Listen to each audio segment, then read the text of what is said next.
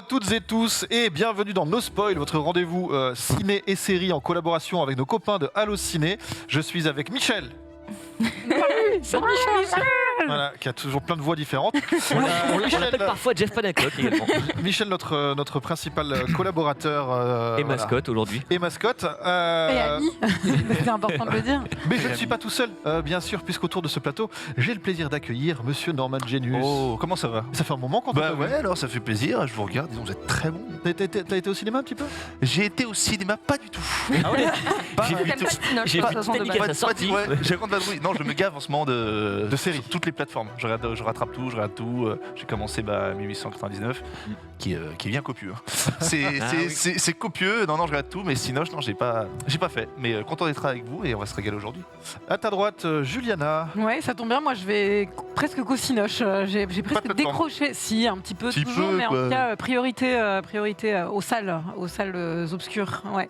Et pas mal de cinémas qui m'ont accueilli et qui m'ont permis de voir les films qui sortent demain. Donc je pourrais faire des petits coucous sur certaines sorties. Au moment du journal des sorties en fin d'émission.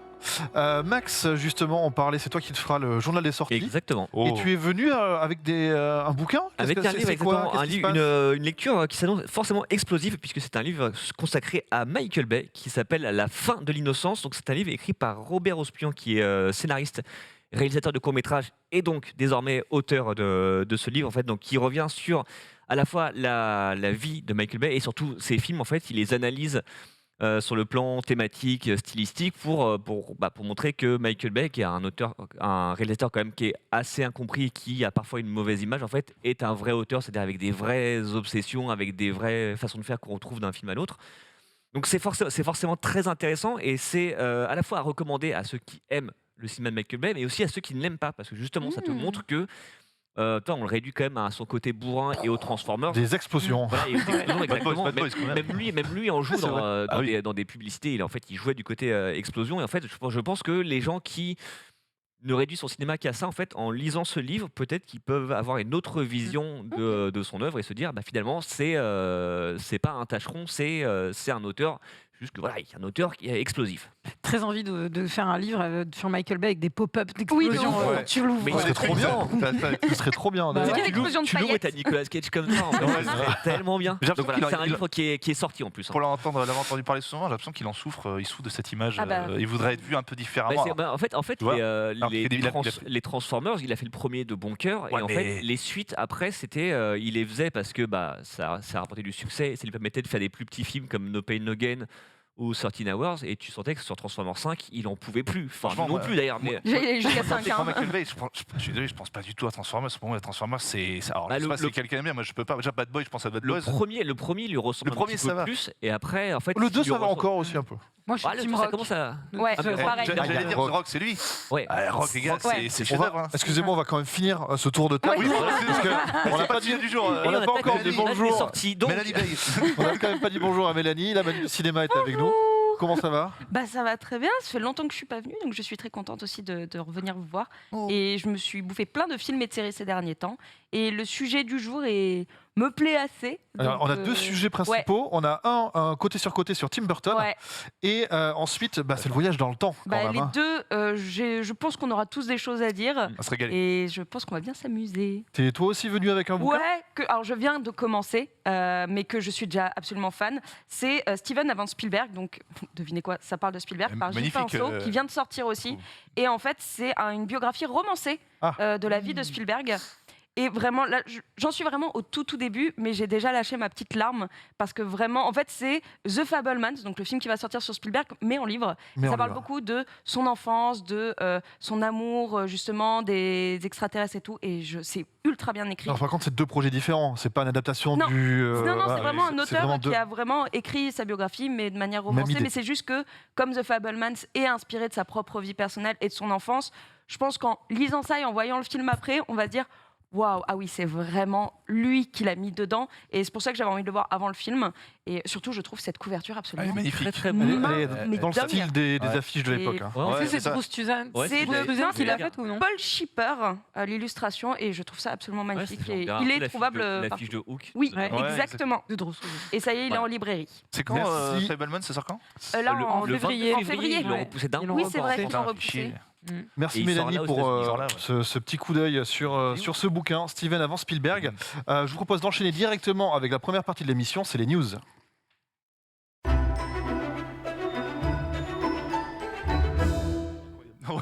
Jean-Claude Brialy. La première des news, puisque vous savez que cette année, la nouvelle formule fait que chaque invité vient avec une des news qu'il ou elle a sélectionné. Et aujourd'hui, Mélanie, tu veux nous parler d'une bonne nouvelle? D'une très bonne nouvelle, parce que si on aime le cinéma ici, c'est avant tout parce qu'on l'aime dans les salles de cinéma. Et on sait que depuis le Covid, c'était un peu la mort, même complètement la mort. C'est bien résumé. Voilà, dans les salles de cinéma dans le monde et en France. Mais trop bonne nouvelle. Le mois d'octobre 2022 a été un mois record avec 14 millions de spectateurs, qui est en fait le même chiffre qu'en 2021, sachant que vraiment l'année 2022 était vraiment catastrophique. Et là, ils sont arrivés à remonter. Alors, on doit ça par exemple avec Black Panther, Wakanda Forever, qui a déjà fait ses 2 millions d'entrées et qui se classe 10e des meilleurs films sortis, enfin des plus gros films sortis en 2022 au box-office. On a eu aussi Novembre, qui a fait 2,1 millions. Je trouve ça assez dingue. Qui va dépasser Bac Nord sous peu. C'est ça, exactement. Alors, il y a Simone, le voyage du siècle, qui a fait 1,6 million, pareil, trop bien. Et L'Innocent de Louis Garrel, qui a fait 600 000. Donc c'est quand même des très très beaux chiffres. Et ça fait plaisir parce que les exploitants actuellement, ils sont pas ultra fifous. Dans le chat, on nous dit il y a plein de chats aussi quand même. Oui, bon, je vais pas vous mentir, il y en a que j'ai pas cité. 3 saucisses et 2 côtes de porc. Le barbecue, le 1 était bien, parce que c'était vraiment du premier. Le barbecue, c'était vrai. Le 1 avait marché en plus. Le 1 avait bien marché en plus. Mais en tout cas, il y a eu des très bons films français donc, qui ont vraiment cartonné au mois d'octobre. Et aussi, petite offre que je trouve très cool et qui nous rappellera peut-être l'offre Ciné Day de Orange, puisqu'en fait, Canal+, depuis 1 ou 2 semaines, a lancé l'offre Ciné Duo, qui est valable, pas comme Ciné Day de Orange le mardi, là ce sera le jeudi. Et en fait, si vous allez dans certains cinémas, alors UGC, CGR, MK2, Pathé Gaumont, Kinépolis aussi, alors pas tous, il faut voir les listes, tout ça, mais en gros, si vous prenez une place dans ce cinéma, vous en avez une offerte. Oui. Voilà, si vous êtes abonné Canal+. Donc, vu qu'en plus, avec l'essor des plateformes, tout ça, beaucoup de gens ont pris l'offre Canal+, ça fait un bon complément pour aller découvrir des films. Donc voilà, si vous voulez aller au cinéma, maintenant, ce sera le jeudi soir pour avoir une place pour 2. Et c'est une offre qui est plutôt chouette pour pouvoir ramener encore des gens en salle. Et de toute façon, maintenant, on espérait un petit peu tous que ça commence à remonter. Et là, c'est ultra positif. Donc, sachant que le mois de septembre avait été horriblement catastrophique. Là, c'est très positif. Avec Avatar qui sort le mois prochain, là, ça peut que remonter. Et surtout quand on pense que Wakanda Forever n'a failli ne pas sortir en salle. Donc, et comme quoi. Et on rappelle que si on va au cinéma, en salle de cinéma, ça aide. Il y a une petite taxe sur ton billet de cinéma qui aide en fait les salles de cinéma à vivre. Et le CNC a créé en fait un fonds qui permet les petits films d'être produits de petits réalisateurs et réalisatrices. Donc allez en salle, prenez vos billets, prenez des abonnements s'il y a besoin et tout, mais continuez à aller en salle parce que c'est important pour l'avenir du cinéma français. T'entends ça, Genius? Faut aller au cinéma. Allez, j'adore ça. C'est que j'ai pas le temps. C'est pas perdu de Netflix. Merci. Non, c'est la plateforme, moi. Merci, Mélanie. J'adore le ciné, ça que j'y vais. Il y a un petit sondage que Paul a lancé là pour tous nos amis sur Twitch. La dernière fois que vous êtes allés au cinéma, c'était il y a quelques jours, il y a 2 semaines, il y a 1 mois, il y a 2 mois, où je n'y vais plus. Le dernier film que j'ai vu, je crois que c'était Buzz. Je crois que c'était Buzz l'éclair. Ah oui. Faut y retourner là. Attends, c'est quoi que j'ai vu? Attends, je vais te ramener, moi, on va y aller ensemble. Bah oui, forcez-moi. T'as pas vu Elvis sinon? Non, j'ai pas vu Elvis. J'ai vu différemment. Oui. Et du coup, par contre, Genius, t'es venu toi aussi avec une bonne nouvelle. Oh, une bonne nouvelle que j'ai pris sur quoi? Je me suis renseigné sur le meilleur site de France et de Navarre et du monde, le site Allociné. Mais non. Putain, c'est dingue. Putain, mais excellent. Attendez, J'ai 10 € pour chacun. On avait dit un peu plus, non? C'est bien rodé, hein, t'as vu, on a... Joli. Ouais, on va parler évidemment. Dino, quoi. On va parler d'un super-héros que j'ai aimé, que beaucoup de gens ont aimé évidemment, qui est Blade, bien entendu, incarné par le génie Simon Phoenix, par Wesley Snipes, ceux qui ont la ref évidemment de Demolition Man. Blade, on sait, ça se passait pas bien du tout. C'est une série qui devait sortir au mois de novembre, ça devait sortir là, au genre de ce mois-ci. Je suis dégoûté parce que j'attendais ça de fou. C'est parti en cacahuète, il n'y avait pas de réalisateur. Marshall Ali, il a failli se barrer. Enfin, c'était le bordel de chez bordel. Et ça y est, mesdames, messieurs, on a trouvé le réel. Vous l'avez vu, vous connaissez évidemment la news. Et c'est un réalisateur français qui s'appelle Yann Demange, qui a réalisé notamment, j'avais pas fait attention, que j'avais vu, qui s'appelle 71.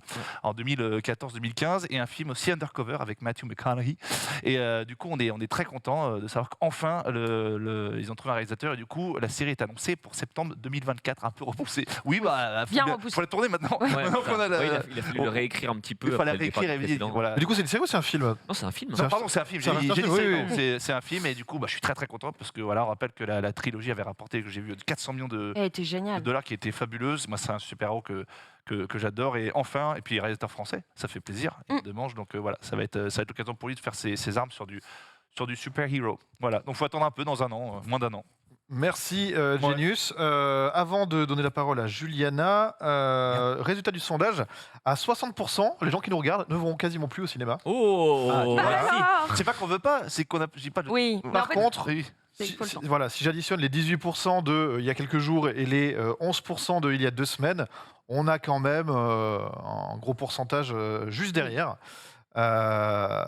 qui vont encore régulièrement. Voilà. C'est ça. Mais quand même 60%, je n'y vais plus. 60%, c'est peut-être trop le milieu, mais ça fait beaucoup quand même. Aussi. Étonné. Après, ça dépend de la période. Mais je pense que parmi ces 60%, il y en a beaucoup qui vont retourner pour des gros films, genre Black Panther s'ils ne l'ont pas encore vu, ou pour Avatar 2. Oui. Et justement, et pour Plancha. Combien il a fait Plancha? Pas beaucoup. Pas beaucoup. Ouais. Donc je le disais, Juliana, toi aussi. Alors, est-ce que c'est une bonne ou mauvaise nouvelle? Ça dépend de quel côté tu te places. Moi, je pense que c'est plutôt une bonne nouvelle. La nouvelle, c'est le DG de Disney qui change. Donc, c'est 2 Bob. On a un Bob Chapek, pour qui ce n'est pas une très bonne nouvelle, qui s'en va. Et on a Bob Iger qui revient. Donc, pour vous donner un peu un historique, Bob Chapek, il était là depuis 2020, entre 2020 et 2022 en tant que DG Disney. C'est lui qui avait géré la fermeture des parcs et des cinémas pendant le Covid. C'est lui qui avait géré l'expansion du streaming pendant ces années-là et qui est aussi en partie responsable de la présence des Pixar sur Disney+, plutôt qu'au cinéma, de Mulan, etc. Alors, il y a eu des enjeux de Covid, mais pas que. En tout cas, il a pris un virage particulier. Et apparemment, Disney a dit à Bob Iger, qui lui était là de 2005 à 2020 en tant que DG de Disney, donc historique, responsable de quand même de grandes choses qui se sont passées chez Disney, comme l'achat de Pixar en 2006, l'achat de Marvel en 2009, l'achat de Lucasfilm en 2012 et l'achat de 20th Century Fox en 2019. Il a bien acheté, surtout. Après. Voilà, il a quand même aussi su prendre, on va dire, des tournants essentiels pour Disney et pour que ça, en tout cas que la marque perdure et mute avec les changements du marché. Donc c'est quelqu'un qui avait terminé un petit peu son rôle en 2020 avec le lancement de Disney+. Et donc là, on l'a un peu, il est en train de pêcher, à mon avis, dans sa maison. Et on lui a fait « Hey, on serait bien que tu reviennes !» Parce que là, les chiffres sont pas très bons sur ce dernier quarter. Ils ont perdu beaucoup d'argent. Au-delà de ça, il y a des vraies stratégies à mettre en place. Il a dit qu'il revenait que pour 2 ans et qu'il se mobiliserait aussi pour trouver un successeur, son successeur à l'issue de ces 2 années. Au-delà de ça, là où c'est plutôt positif, c'est que c'est quelqu'un qui connaît très bien la marque. En fait, il a commencé chez ABC en 1974 et il était passé directeur de la chaîne à l'achat de Disney en 95. Donc, c'est quelqu'un qui connaît très très bien ce qu'est Disney en termes d'identité, en termes d'enjeux, au-delà du storytelling, il a les valeurs, en tout cas, en cohésion avec la marque. C'est aussi pour ça qu'on l'a rappelé. Et en l'occurrence, il a aussi un intérêt particulier, contrairement à Bob Chapek, qui était vraiment pas sur cet axe-là, pour les créatifs. Et lui, il pense qu'en gros, la vertu, le cercle vertueux, ça va être de retourner vers les créatifs et de remettre dans leurs mains aussi des prises de décision, telles que la sortie au cinéma, par exemple, des Pixar, des choses comme ça, parce que là, c'était plus du tout dans les mains des gens aux têtes des équipes créatives. Donc, on n'a rien pour l'instant, on ne sait pas exactement comment ça se passait parce que ça date d'hier. On sait juste qu'il a remercié un autre monsieur qui s'appelle Karim Daniel, qui était au service de streaming, qui s'en va lui aussi aujourd'hui et qui était aussi responsable des passages des films en streaming plutôt qu'au cinéma. Donc il semblerait qu'en tout cas, il y ait une attention particulière sur cette notion de création, de valeur et propre à Disney, sur les histoires, les dessins animés. Moi, de mon point de vue, je trouve ça assez positif. Ouais, parce que Bob Chapek, en fait, avant, il gérait les parcs Disney avant d'être à la tête de Disney. Donc forcément, le mec, c'était plus un financier qu'un créatif. Donc forcément que c'est une bonne nouvelle. Est-ce qu'il y a une raison particulière? On sait que Disney, le service, on a les chiffres, ça cartonne, c'est un carton absolu. Mais est-ce qu'il y a une raison particulière de ce changement? Il y a un souhait, une direction? Je pense qu'il y a eu pas mal de polémiques aussi pendant ces 2 années, que ce soit la polémique avec les talents, donc avec Scarlett Johansson, avec effectivement les streaming, pas streaming. Même si c'était moins médiatisé, mais les équipes Pixar à chaque fois qui étaient dévastées d'apprendre que leur film sortait directement. Comme si l'animation était moindre. Et de la prendre presque au dernier moment, il y avait vraiment un manque de respect au final. Donc en tout cas, c'est vraiment un tournant même pour l'enjeu créatif au sein des équipes Disney et Pixar, et tout Disney en tout cas. Moi, je suis vraiment curieuse de voir comment ça va s'incarner. Donc il a plus qu'à baisser le prix des passes annuels et je sais rien. Je pense que ça se passera bien. Au-delà de l'effet d'annonce, on espère que ce ne sera pas aussi un truc de communication, histoire de rassurer les actionnaires. Alors, franchement, il est déjà en train de prendre des grosses décisions en termes d'équipe et même de faire partir des gens donc après tout est fait bien sûr de manière assez smooth. Il a remercié Bob Chapek, il a remercié même toutes les équipes et tout. Il dit que il arrive un peu, comment dire, dans un terrain où les choses ont été faites bien faites, mais on sent que, en tout cas, c'est pas pour rien. Il était toujours au board jusqu'en 2021. C'est pas pour rien qu'on est allé le chercher et qu'on lui a demandé de revenir. Ouais. Après, le fait qu'il se dise, c'est 2 ans. Je vais chercher quelqu'un qui va prendre ma suite il s'inscrira dans la même dynamique et tout ça. On est en train de rectifier un tir parce que Bob Chapek avait aussi fait une sortie en disant que les films Pixar c'était pour les enfants et c'était lui, c'est vrai. Voilà, disons que je pense qu'il y a besoin de redresser 2-3 trucs. Moyen. Voilà. Très bien. Okay. Eh bien, écoute, ça fait une transition parfaite. Merci beaucoup pour la news de Max. Évidemment, qui est une vidéo qui est parue il y a quelques jours. En fait, c'est le teaser justement du nouveau Pixar qui, on l'espère, sortira bien en salle. Pour l'instant, c'est prévu chez nous le 21 juin 2023. Oh, pour mon anniversaire. Pour l'instant, on est. C'est exactement ce qu'a dit Bob Iger. Il a dit tiens, première décision, je cale la sortie au 21 juin 2023. Après, je dis normalement parce que au-delà de ce que tu racontais sur les changements qu'il y a eu chez Disney. Il y a eu aussi le cas de Black Panther 2 récemment qui fait que le film sort partout dans le monde, mais la France, on n'était pas sûr jusqu'au dernier moment. Ça se trouve, donc là, ce sera pareil avec ce nouveau film qui s'appelle donc Élémentaire et qui pose tout simplement la question, les éléments ont-ils des sentiments? Et plus précisément, le feu et l'eau peuvent-ils être amis? Est-ce que vous avez tous vu ces premières images? C'est vraiment plus un teaser qu'une bande-annonce. C'est-à-dire que ça pose les bases de cet univers plus que ça raconte l'histoire. Alors moi je l'ai pas. Est-ce que vous voulez la regarder? Je ne sais pas si on a le temps. C'est compliqué parce qu'après on se fait toujours. On se fait toujours. Comment on appelle ça? Cracher. Là, elle est en train de passer en fond. En fait, ce que j'aime beaucoup dans ce teaser, c'est qu'on retrouve vraiment l'esprit Pixar et notamment dans ce qu'on trouvait par exemple dans Monstres et compagnie, c'est-à-dire que il crée un univers entier, une ville qui à la fois ressemble à notre univers, mais avec des êtres qui ne nous ressemblent pas. Et donc justement, il montre comment, par exemple ici, là dans le teaser, en fait, comment ça se passe dans le métro quand tu as des éléments tels que l'eau, la terre, le feu et l'air.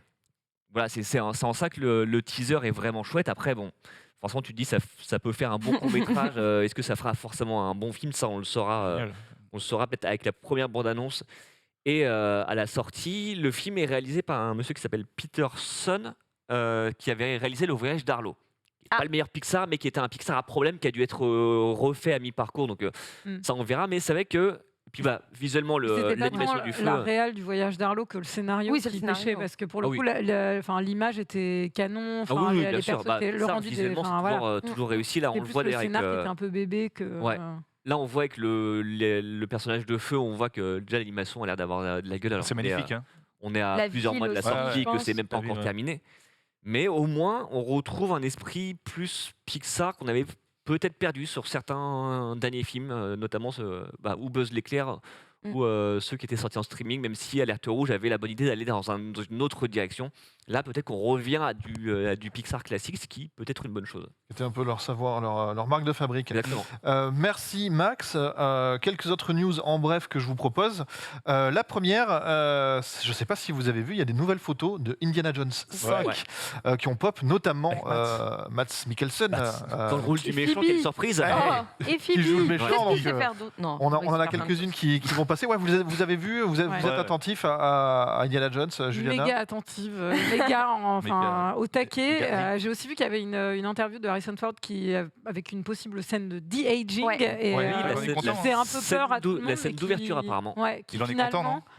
Oui, serait à peu près, rendrait bien. Il dit, je sais pas trop comment c'est possible et j'ai pas trop envie de savoir, mais en gros, il était plutôt satisfait de son image à l'écran. Mais si lui est satisfait, c'est bien, parce que je pense qu'il est dur à convaincre le bonhomme. Mangold, c'est lui qui avait fait Logan. Oui, dans Logan, il y a un de-aging de Charles Xavier et de Hugh Jackman, et il est très réussi ce passage-là.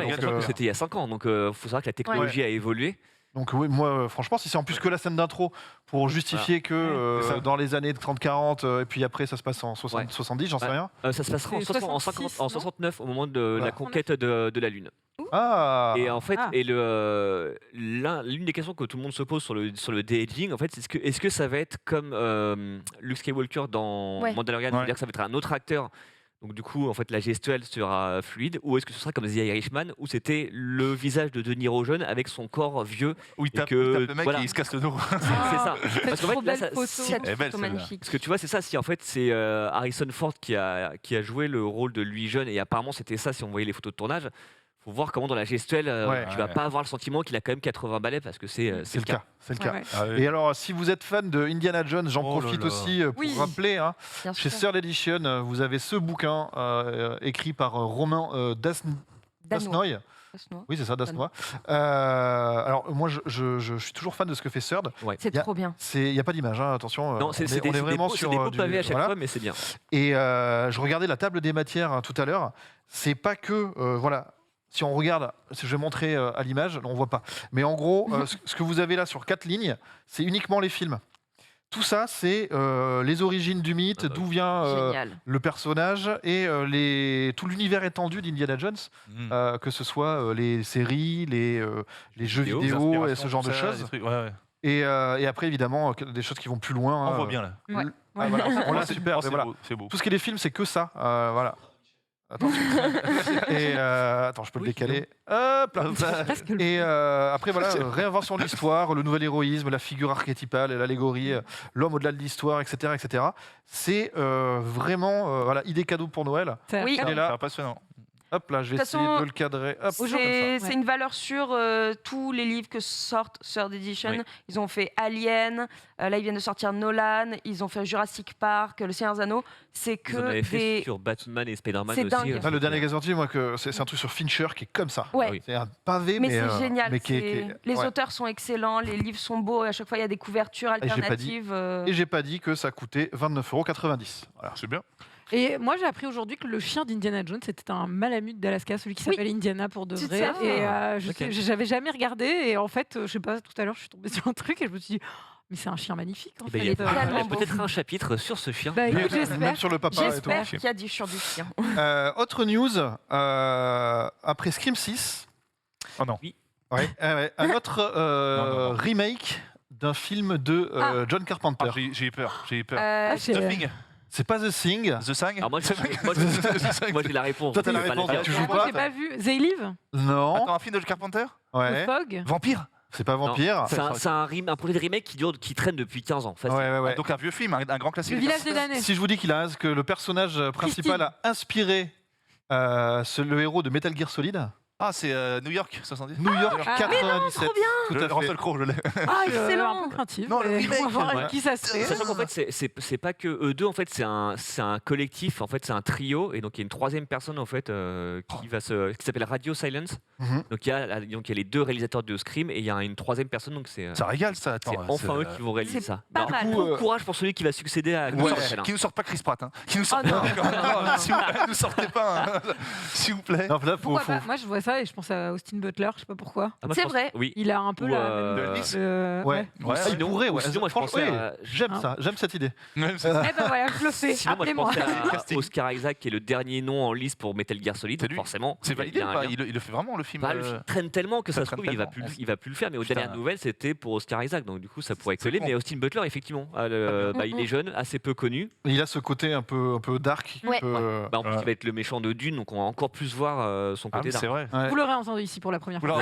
Et- Avant le rachat par Disney. Je vous donne rendez-vous. Ils vont racheter l'édition, ils vont me dire. Autre news un peu touchante, un Oscar d'honneur oui. pour Michael J. Fox. Ce moment était Oh, c'était tellement magnifique. touchant, ouais, j'ai vu ça. C'est. On avait vu la réunion sur scène, C'est ça. tu nous en avais parlé, Mélanie. T'as regardé un petit peu la remise de prix Bah, j'ai vu le passage justement où il y a Michael J. Fox qui reçoit donc son Oscar d'honneur de la part de Woody Harrelson. Woody Harrelson, merci. Et je suis désolée, mais c'est très drôle parce que quand Il fait il arrive au pupitre Ouais. et qu'il reçoit son prix, il me dit vous me faites Trembler. vous me faites trembler Ouais.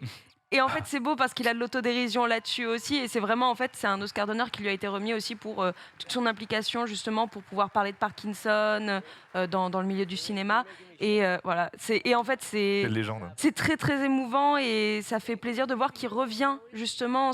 En fait, on n'avait pas entendu parler de lui pendant très longtemps vu qu'il souffrait quand même de sa maladie. Et là, en un mois, vraiment 2 mois, il commence à revenir et surtout, il commence vraiment à faire de la pédagogie sur cette maladie qui touche beaucoup de gens.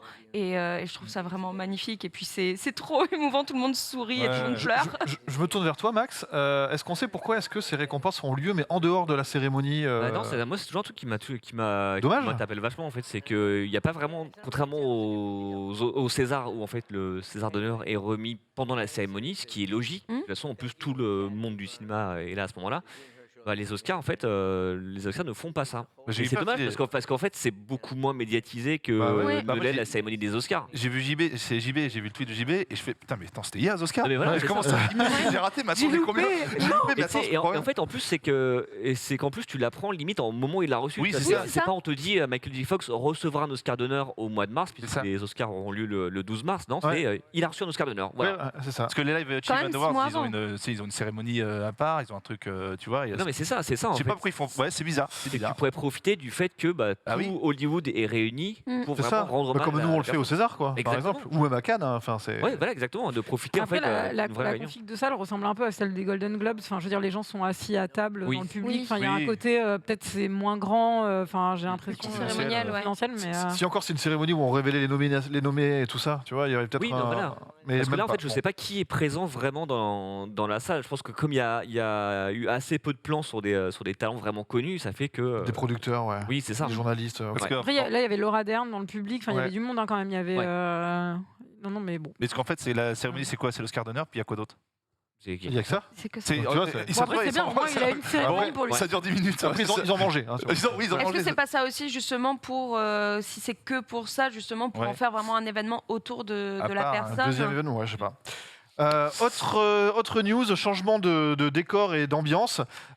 Qui c'est qui aime la bagarre ici? Moi, j'aime Alors, bien. bagarre. Ah, la bagarre. on a Au braquage. Ah, Allez, au non. braquage. Ouais, Ok. non, c'est pas Si je vous dis que le film Street of Rage Mais oui, Ah bien ouais. sûr. Évidemment, Bien putain, sûr. on va se la euh, Se la met. avance. Pas tout à fait, quoi. Vous aviez regardé un petit peu alors à la sauce John Wick. Hein, Bah, c'est le scénariste de John Wick et de tous les films qui ressemblent à John Wick. Pas sur deux depuis quelque temps. 40 Appelle-moi le mec de John Wick, faut que ça Ouais. se tape. C'est dispo. c'est quand même le genre de film où c'est au niveau du scénario que moi je me pose quand même toujours des Ah, questions. il y a eu un film Double Dragon dans On les a vu années ce que c'est. 90. Il On a était vu, hein. horrible. Les plus gentils disent que c'est oubliable. Les plus gentils. Ouais. Ah, les très gentils, ce qui était Forcément. Mais après, c'est vrai que les John Wick, c'est ce qu'on disait, ça coïncide aussi avec l'avènement des cascadeurs, des anciens cascadeurs en fait, qui prennent la réalisation. Donc, là, on aura peut-être des gens qui réalisent bien les combats parce que le Ah. film va reposer que sur ça. Ouais. Comme pour, c'était pour Deadpool, non, justement, que le réalisateur était un ancien cascadeur. Le Deadpool 2, c'est David Yates, c'est le co-réalisateur de John Wick, et l'ancien doubleur de Keanu Reeves. Et ça peut donner des choses effectivement qui peuvent être très bien mises en scène. Mais c'est Street of Rage 4 ou c'est toute la lore c'est général, c'est Street of Rage. Bon. Et oui, on ne sait pas non plus qui jouera les rôles titres, etc. On en reparlera. Christine Butler, c'est ça. Alors, oui, mais pas Chris Pratt, on est d'accord. Du coup, autre news. On parlait de Spielberg en ouverture avec toi, Mélanie. Est-ce que vous savez qui va incarner le Bullitt chez Spielberg? Parce que Bullitt revient chez Spielberg. Est-ce que vous avez vu passer cette news? C'est ni Chris Pratt, ni Austin Butler. C'est pas Austin Butler? Un indice, j'ai pas vu. Moi, j'ai pas vu passer la news. Eh bien, écoute, je vais te donner la réponse directement. Ce sera Bradley Cooper. Bradley, man. Pour jouer Bullitt. Bullitt, vous vous en souvenez ou c'est vraiment la génération de vos parents? Moi, ça me parle pas. Pour le coup. Bullitt, on connaît on se souvient surtout de quelques images. Mais c'est vrai que c'est un classique des années 60. Il est génial. Ouais. C'est quoi le pitch? C'est du polar. C'est vraiment l'archétype. C'était Steve McQueen, je crois. C'est Steve McQueen, c'est l'une des courses-poursuites en voiture les plus célèbres de l'histoire du cinéma. D'accord, ok. Je vais falloir que je rattrape ça. Il est sympa, Bradley. Un Bradley Cooper et puis une scène de poursuite en bagnole qui devrait être normalement d'anthologie. Ça peut être pas mal. En plus, la caméra de Spielberg. Moi je suis assez curieuse. Oui.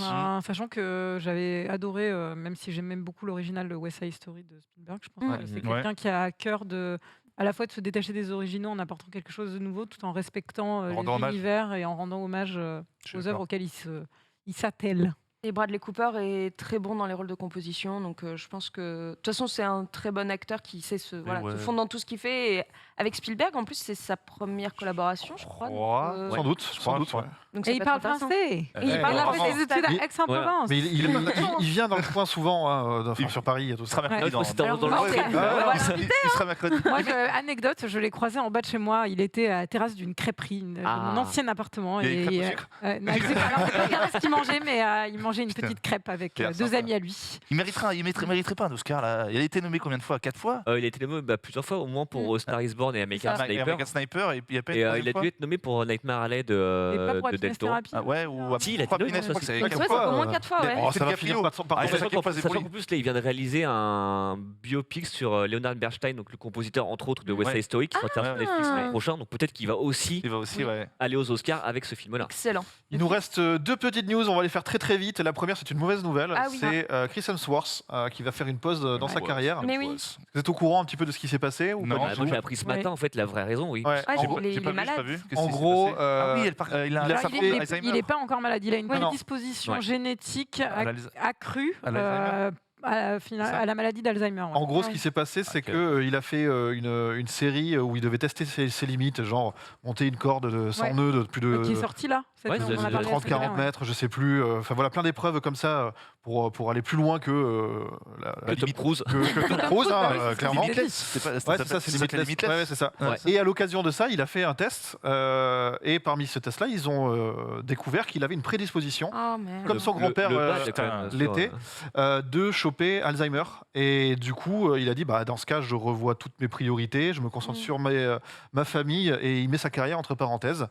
Donc voilà. C'est le genre de news qui te fait reconsidérer un petit peu les choses dans la vie. Je pense, et franchement, on lui souhaite de bien profiter. De passer entre les gouttes aussi, surtout, évidemment. Autre news, alors c'est beaucoup plus léger, mais c'est une autre fin. C'est celle de The Walking Dead. Ça y est, c'est fini. Non, c'est que Dead, il n'y a plus Walking. Alors, c'est pas vraiment fini. C'est pas encore Dead. La série principale est décédée, est terminée. Mais le zombie continue d'avancer lentement. Voilà, c'est quand même pour rappeler, au plus grand moment de sa gloire, je crois que c'est la saison 5, Walking Dead était à plus de 17 millions de téléspectateurs. Donc tenait à dragée haute à Game of Thrones. C'était ma série avant. Et là, ça se termine quasiment dans l'indifférence totale avec quasiment 2 millions de téléspectateurs. Mais un épisode apparemment fou. Qui a vu le dernier épisode? Alors, j'ai vu que tu avais tweeté tout à l'heure. J'ai tweeté un truc dessus, je l'ai vu hier. Le dernier épisode apparemment est fou. Est-ce que Daryl se lave enfin les cheveux? Non. Mon tweet qui date de hier dans la soirée, après avoir vu le Late Show dans la Shabbat, j'ai enchaîné avec The Walking Dead. Par contre, attendre 11 ans pour la fin de The Walking Dead et subir l'indigence crasse d'un crépuscule abscon, sans envie et sans direction. Après ces longueurs affreuses et malgré quelques moments de brillance diffus ça et là, plus rien n'a de sens, il faut finir. finir. Quelle tristesse. Donc t'as aimé. C'était pas si fou que ça. Il y a une pub derrière ce tweet, attention. T'as kiffé en plus. Ouais, j'ai beaucoup aimé. Enfin, il y a une fin, tu vas pas spoiler, mais moi, en fait, il n'y a pas de. Non, quand même, s'il te plaît. En fait, il n'y a pas de zombies. En fait, il se réveille, c'était un rêve. Et il va se laver les cheveux. Il y aura plusieurs spin-offs. C'est ça, dont un avec Norman Reedus qui a été tourné pas loin de Melun, je crois. Qui était en France, ouais. Mais du coup, est-ce qu'il sera en France dans la fiction ou est-ce que ça, on sait pas. C'est vrai. Ouais. Mais ce qui serait bizarre, effectivement, qu'il tourne en France pour que ça se passe pas. Ah oui, c'est bizarre. Il sera au champ dans la fiction, c'est ça qu'on au champ vide. Et du coup, il y a aussi un spin-off avec Rick et Michonne. Qui était de retour dans le dernier épisode. Je vous spoil, on s'en fout, personne ne regarde. En plus, ils apparaissent 2 secondes pour dire on existe encore. Donc, voilà. Et il y a aussi un spin-off avec Negan et Maggie. J'ai vraiment l'impression qu'on parle de gens avec qui j'étais au collège. Et Negan m'a dit c'est ça. Il est là, Rick. Qu'est-ce qui vient Du coup, voilà, Walking Dead, une page qui se tourne, 11 saisons, quasiment 12, 13, 14 ans de C'était légendaire. La première moitié, c'était fabuleux cette série. Voilà qui clôt notre sélection de news pour aujourd'hui. Pour le reste des news, je vous renvoie vers allociné.fr, rubrique news, bien évidemment. Et nous, on va enchaîner. Alors, je rappelle, tout à l'heure, on va parler bien sûr du voyage dans le temps, c'est notre gros dossier de la semaine, mais juste avant, on va se faire un petit côté sur Tim Burton. Allez. Alors, pour ouvrir Tim Burton. Toi, t'es dans le surcoté, clairement. Tim Burton, la guerre des est-il côté ou surcoté? Si vous estimez qu'il mérite son succès, vous allez pouvoir voter du côté côté. Si vous pensez que on en fait un peu trop autour de Tim Burton, vous allez pouvoir voter vers surcoté. On parle de ça parce que demain, c'est la sortie de Mercredi, le spin-off de la famille Adams. Et ça sort mercredi, bien joué. Voilà, je rappelle que Tim Burton, c'est plein de cours, de participation, d'animation, de beaucoup de choses. Et en termes de films, 19 entre 85 et 2019. Je vous les cite rapidement: Pee-wee Big Adventure, Beetlejuice, Batman, Édouard aux mains d'argent, Batman le défi, Ed Wood, Mars Attack, Sleepy Hollow, La planète des singes, Big Fish, Charlie la chocolaterie, Les noces funèbres, Sweeney Todd, Alice au pays des merveilles, Dark Shadows, Frankenweenie, Big Eyes, Miss Peregrine et Dumbo. Et oui, il n'y a pas L'étrange Noël qui n'est pas de Tim Burton. Non. D'Henry Selick. On croit tous. Voilà. Moi, je les ai notés. Et j'arrive sur la note, en mettant à chaque fois sur 5, j'arrive au total à la note de 3. La moyenne, Voilà. Donc je vais vous demander de vous positionner plutôt dans la team sur côté ou côté. On va donner la priorité à Mélanie qui avait envie de parler tout de suite. En un mot, et après on débat. On aura 10 minutes tout pile. C'est quelle période on a le droit Tim Burton, côté ou sur côté? Imagine. Si on prend les derniers films, côté. Côté. Pareil en fait, c'est qu'aujourd'hui, ce qu'il fait est moins bien, mais pour ce qu'il a représenté, côté. Juliana. Bah oui, moi je fais comme mes camarades. C'est que si on prend pas sa dernière partie de carrière, côté.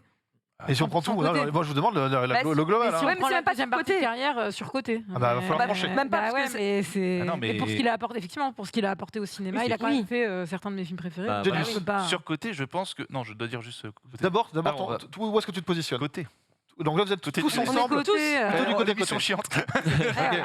Mais moi, je vous prends tous les 4 parce que je trouve que c'est complètement surcoté, Tim Burton. Mais on va te défoncer. C'est une caricature. À chaque fois, c'est une caricature de lui-même. Ça va dans tous les sens. C'est tout le temps les mêmes trucs. Il y a des films d'accord. Il a des obsessions qui reviennent de film en film, mais comme pas les réalisateurs. Oui, voilà, exactement. Des trucs. En même temps, il a un univers visuel qu'il a quand même assis pendant les premières années de sa vie. Bien sûr. Il peut partir dans des opposés. Alors même s'il y a toujours son âme et tout ça, quand tu prends un Édouard aux mains d'argent et un Batman le défi, on est quand même sur deux choses qui ne se ressemblent pas forcément, même si juste c'est sombre à la limite. Mais moi, je trouve que c'est un réalisateur qui a fait des choses magnifiques, des choses très très belles, des choses qui m'ont à la fois ému en termes de scénario, mais beaucoup plus en termes visuels aussi, de mise en scène, de musique. Son travail avec Danny Elfman, je trouve ça formidable.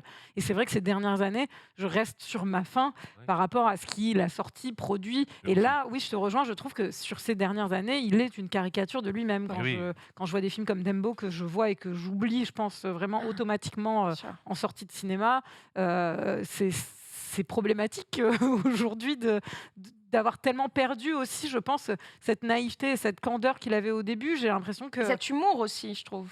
Ouais, j'ai l'impression qu'il Mais en les fait, dé- il on est sent des abus. le, second le- degré. les, Il a les- plus ce le décalage. système des studios. Je dis pas que c'est les studios directement, parce qu'il y est allé aussi à un moment, lui, de bon cœur. Il a commencé chez voilà, Disney aussi. Donc, Est-ce que c'est pas juste un fan de Cure qui aime bien les rayures Non, enfin, de Cure, totalement, oui, parce que sa coupe de cheveux, c'est vraiment un Oui. hommage à Robert Smith, À Robert Smith, des ouais. Cure. Donc en plus, années 80, c'était à fond dedans.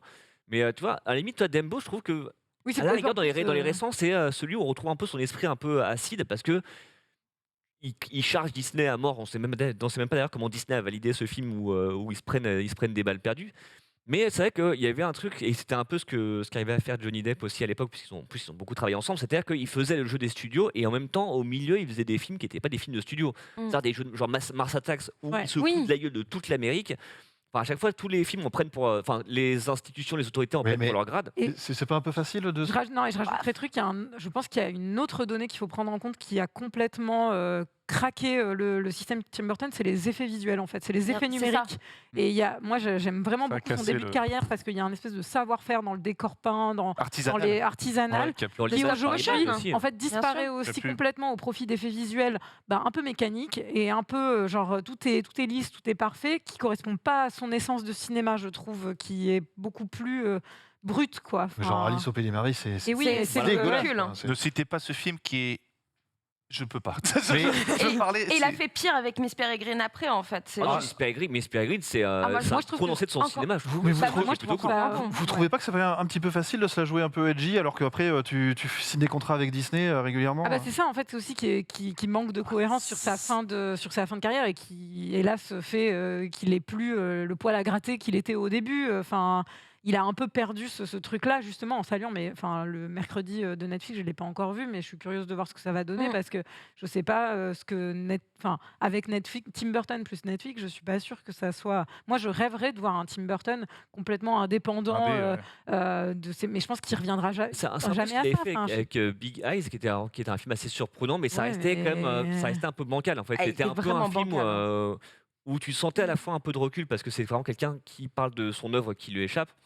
On était après, attends, c'était je sais plus 2014. Ouais, Ouais, qui était je veux dire après le film 2010. juste avant. C'est Dark mais tu vois, Shadows. C'est voilà, Frank- c'était après Frankenweenie. Dark Shadows et c'était Ah oui, après non. Dark Shadows et Ouais, et Dark Alice Shadows, Wonderland. Frankenweenie, Big Eyes, Miss Peregrine, Dumbo. Voilà, C'est la c'est ça fin. en fait. Et tu sentais qu'il y avait quand même un côté un peu genre confession, mais c'est pas comme quand il avait fait Big Fish après la planète des singes. En fait, on n'était pas sur le même niveau. Donc on sent qu'il a perdu un truc. Peut-être qu'il est juste, il est oui. usé, que peut-être qu'il a Essoufflé. tout il donné, et qu'il a eu Ouais. trop de désillusions et que voilà, en fait, il Mais a un peu lâché l'affaire. Même en termes d'identité visuelle, tu prends Oui. Beetlejuice sur Edouard aux mains d'argent, tu retrouves un peu ça.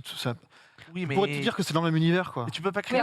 oui, tu regardes 4 films de David Lynch, je pense que Ouais, tu connais aussi la c'est la patte même chose. de David Est-ce que- Lynch. Enfin, il y a Ouais. quand même des Après, tropes et des trucs qui reviennent, des figures sa dans patte. l'image, dans, Voilà, le, c'est- dans ouais, mais le c'est décor. comme dans c'est une les- patte qui est quand même tellement marquée. Tu peux pas critiquer et dire qu'un. Si tu peux. Tu peux critiquer droit. mille fois, Pas comme ça, mille fois un homme. Tu peux pas dire qu'un réalisateur comme lui est surcoté, quelqu'un qui a Mais je le réalisé. fais, monsieur Norman. Mais je Lévy, le sais, je le mais fais. on va te pendre. Quelqu'un qui a réalisé, tu l'as dit tout à l'heure, des chefs-d'œuvre comme Batman 1, Batman le défi, Beetlejuice, qui est une création incroyable au Qui niveau est des personnages, de l'écriture, de la magie, de l'univers. Édouard Main d'Argent. Tu peux pas dire qu'un réalisateur est surcoté. Tu peux dire qu'un réalisateur s'essouffle. C'est souffler un réalisateur pour un surcoté, c'est quelqu'un qui fait des bons films et qu'il y en a qui aiment et qui n'aiment pas, tu vois. Après- Guy Ritchie. Guy Ritchie, pour moi, il est surcoté, tu vois, par exemple, parce qu'il n'a pas fait de chef-d'œuvre, mais il y en a qui aiment et qui n'aiment pas. Lui, c'est un génie qui a créé des chefs-d'œuvre à l'époque, qui s'est perdu, qui s'est essoufflé, qui a fait une bouse atroce, comme Alice au Pays des Merveilles, qui reste une Et le atrocité. 2 surtout. Et le 2, mais tu peux pas, un Alors, mec ça, qui a moi, fait, c'est pas lui. il a fait 4-5 chefs-d'œuvre, oui, tu peux mais pas il dire faut- que c'est surcoté. C'est comme Claude Mais tu Lelouch. vois, là Tu vois, là c'est où vrai qu'il a- j'adore, Bah, mais Claude là- Lelouch, c'est un grand, là où mais il est pas j'adore, surcoté. j'entends que tu puisses passer à côté de son cinéma et ne pas forcément Oui, aimer non bien plus, sûr. parce que Ça, ça, évidemment. enfin, je veux Pas dire, ça touché. fait appel aussi à une certaine. Enfin, je pense que tout le monde n'aime pas le cinéma de Tim Burton, que Pas des accroché. ouais, il faut. Non, mais en vrai, je peux comprendre qu'on n'aime pas son cinéma, mais comme on peut ne pas aimer le cinéma de Lynch, mais c'est quelqu'un qui, pour moi, en tout cas, en son début de carrière, a vraiment fait les choses entièrement. C'est-à-dire que oui, on n'aime pas. Effectivement, ça peut être caricatural. Tu peux retrouver des tropes, tu peux retrouver ce motif un peu de la banlieue parfaite d'Édouard aux mains d'argent, toutes ces couleurs très pastel, très roses, ces rayures, comme tu dis, ces choses-là. Je pense qu'effectivement, on peut être agacé, on peut ne pas aimer, mais je sais pas si, en tout cas, enfin. Si on peut dire que ce sont des mauvais films. Il n'avait Enfin, pas Bien de... sûr. Il a des Et puis- inspirations, mais il n'y avait pas des mecs comme lui. Il n'y avait pas des réalisateurs comme lui, Oui, des c'est ça, cinémas c'est comme lui. Donc c'est pour ça que c'était nouveau. Et- Buster Keaton, un peu. Buster. C'est le mec qui va trop loin. Mais en fait, ce qui est aussi intéressant, enfin moi en tout cas, je le vois d'un point de vue personnel, c'est que Tim Burton, ça a été un peu le cinéaste d'une génération. Dans le sens que c'était vraiment, ces personnages étaient souvent des solitaires, des mis sur le côté, et en fait justement ça a beaucoup parlé, enfin moi quand j'étais des émos ébouriffés. Exactement, j'étais une émo ébouriffée quand j'avais 12-13 ans, j'ai des photos, j'avais des t-shirts à rayures et tout, j'avais les bracelets avec les Est-ce que tu avais des trombones pour compenser le trou d'un t-shirt? Bien sûr que j'avais ça. Son Batman est moins émo ébouriffé que le dernier qu'on a eu là. Hein. Ouais. Oui, ça c'est vrai. En fait, le truc, c'est que vraiment, pour le coup, je trouve que c'est un réalisateur où, oui, maintenant, ayant grandi, je retrouve moins ce que j'aimais quand j'étais jeune, mais malgré tout, il y a un attachement. Moi, j'ai grandi vraiment, genre Beetlejuice, je le voyais une fois par mois minimum. Je le connais par cœur. Par jour. Par jour, ah oui. Il y a des films comme ça.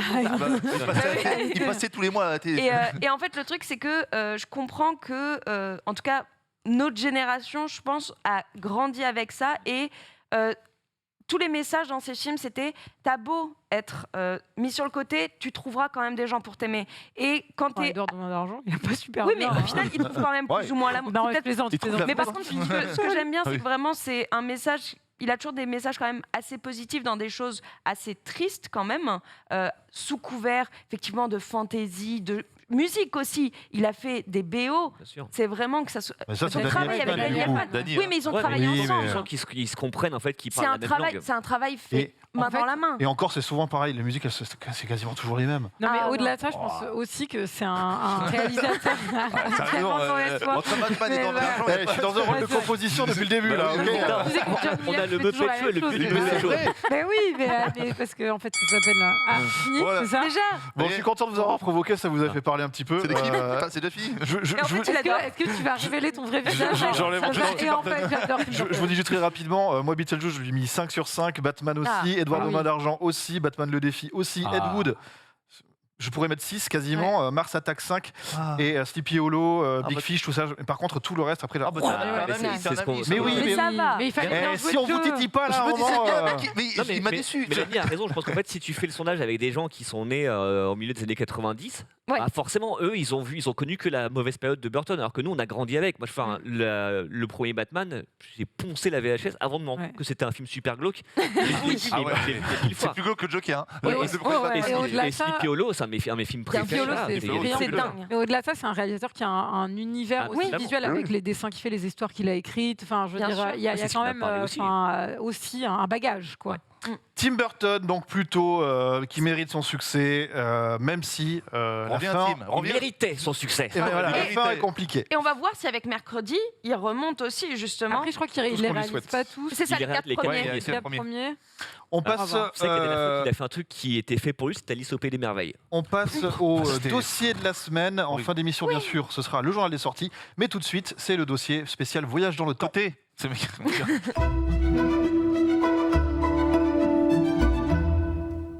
Alors, sortie en fin de semaine de Meet Cute sur Prime Video avec Kaley Cuoco. Synopsis que je vous propose.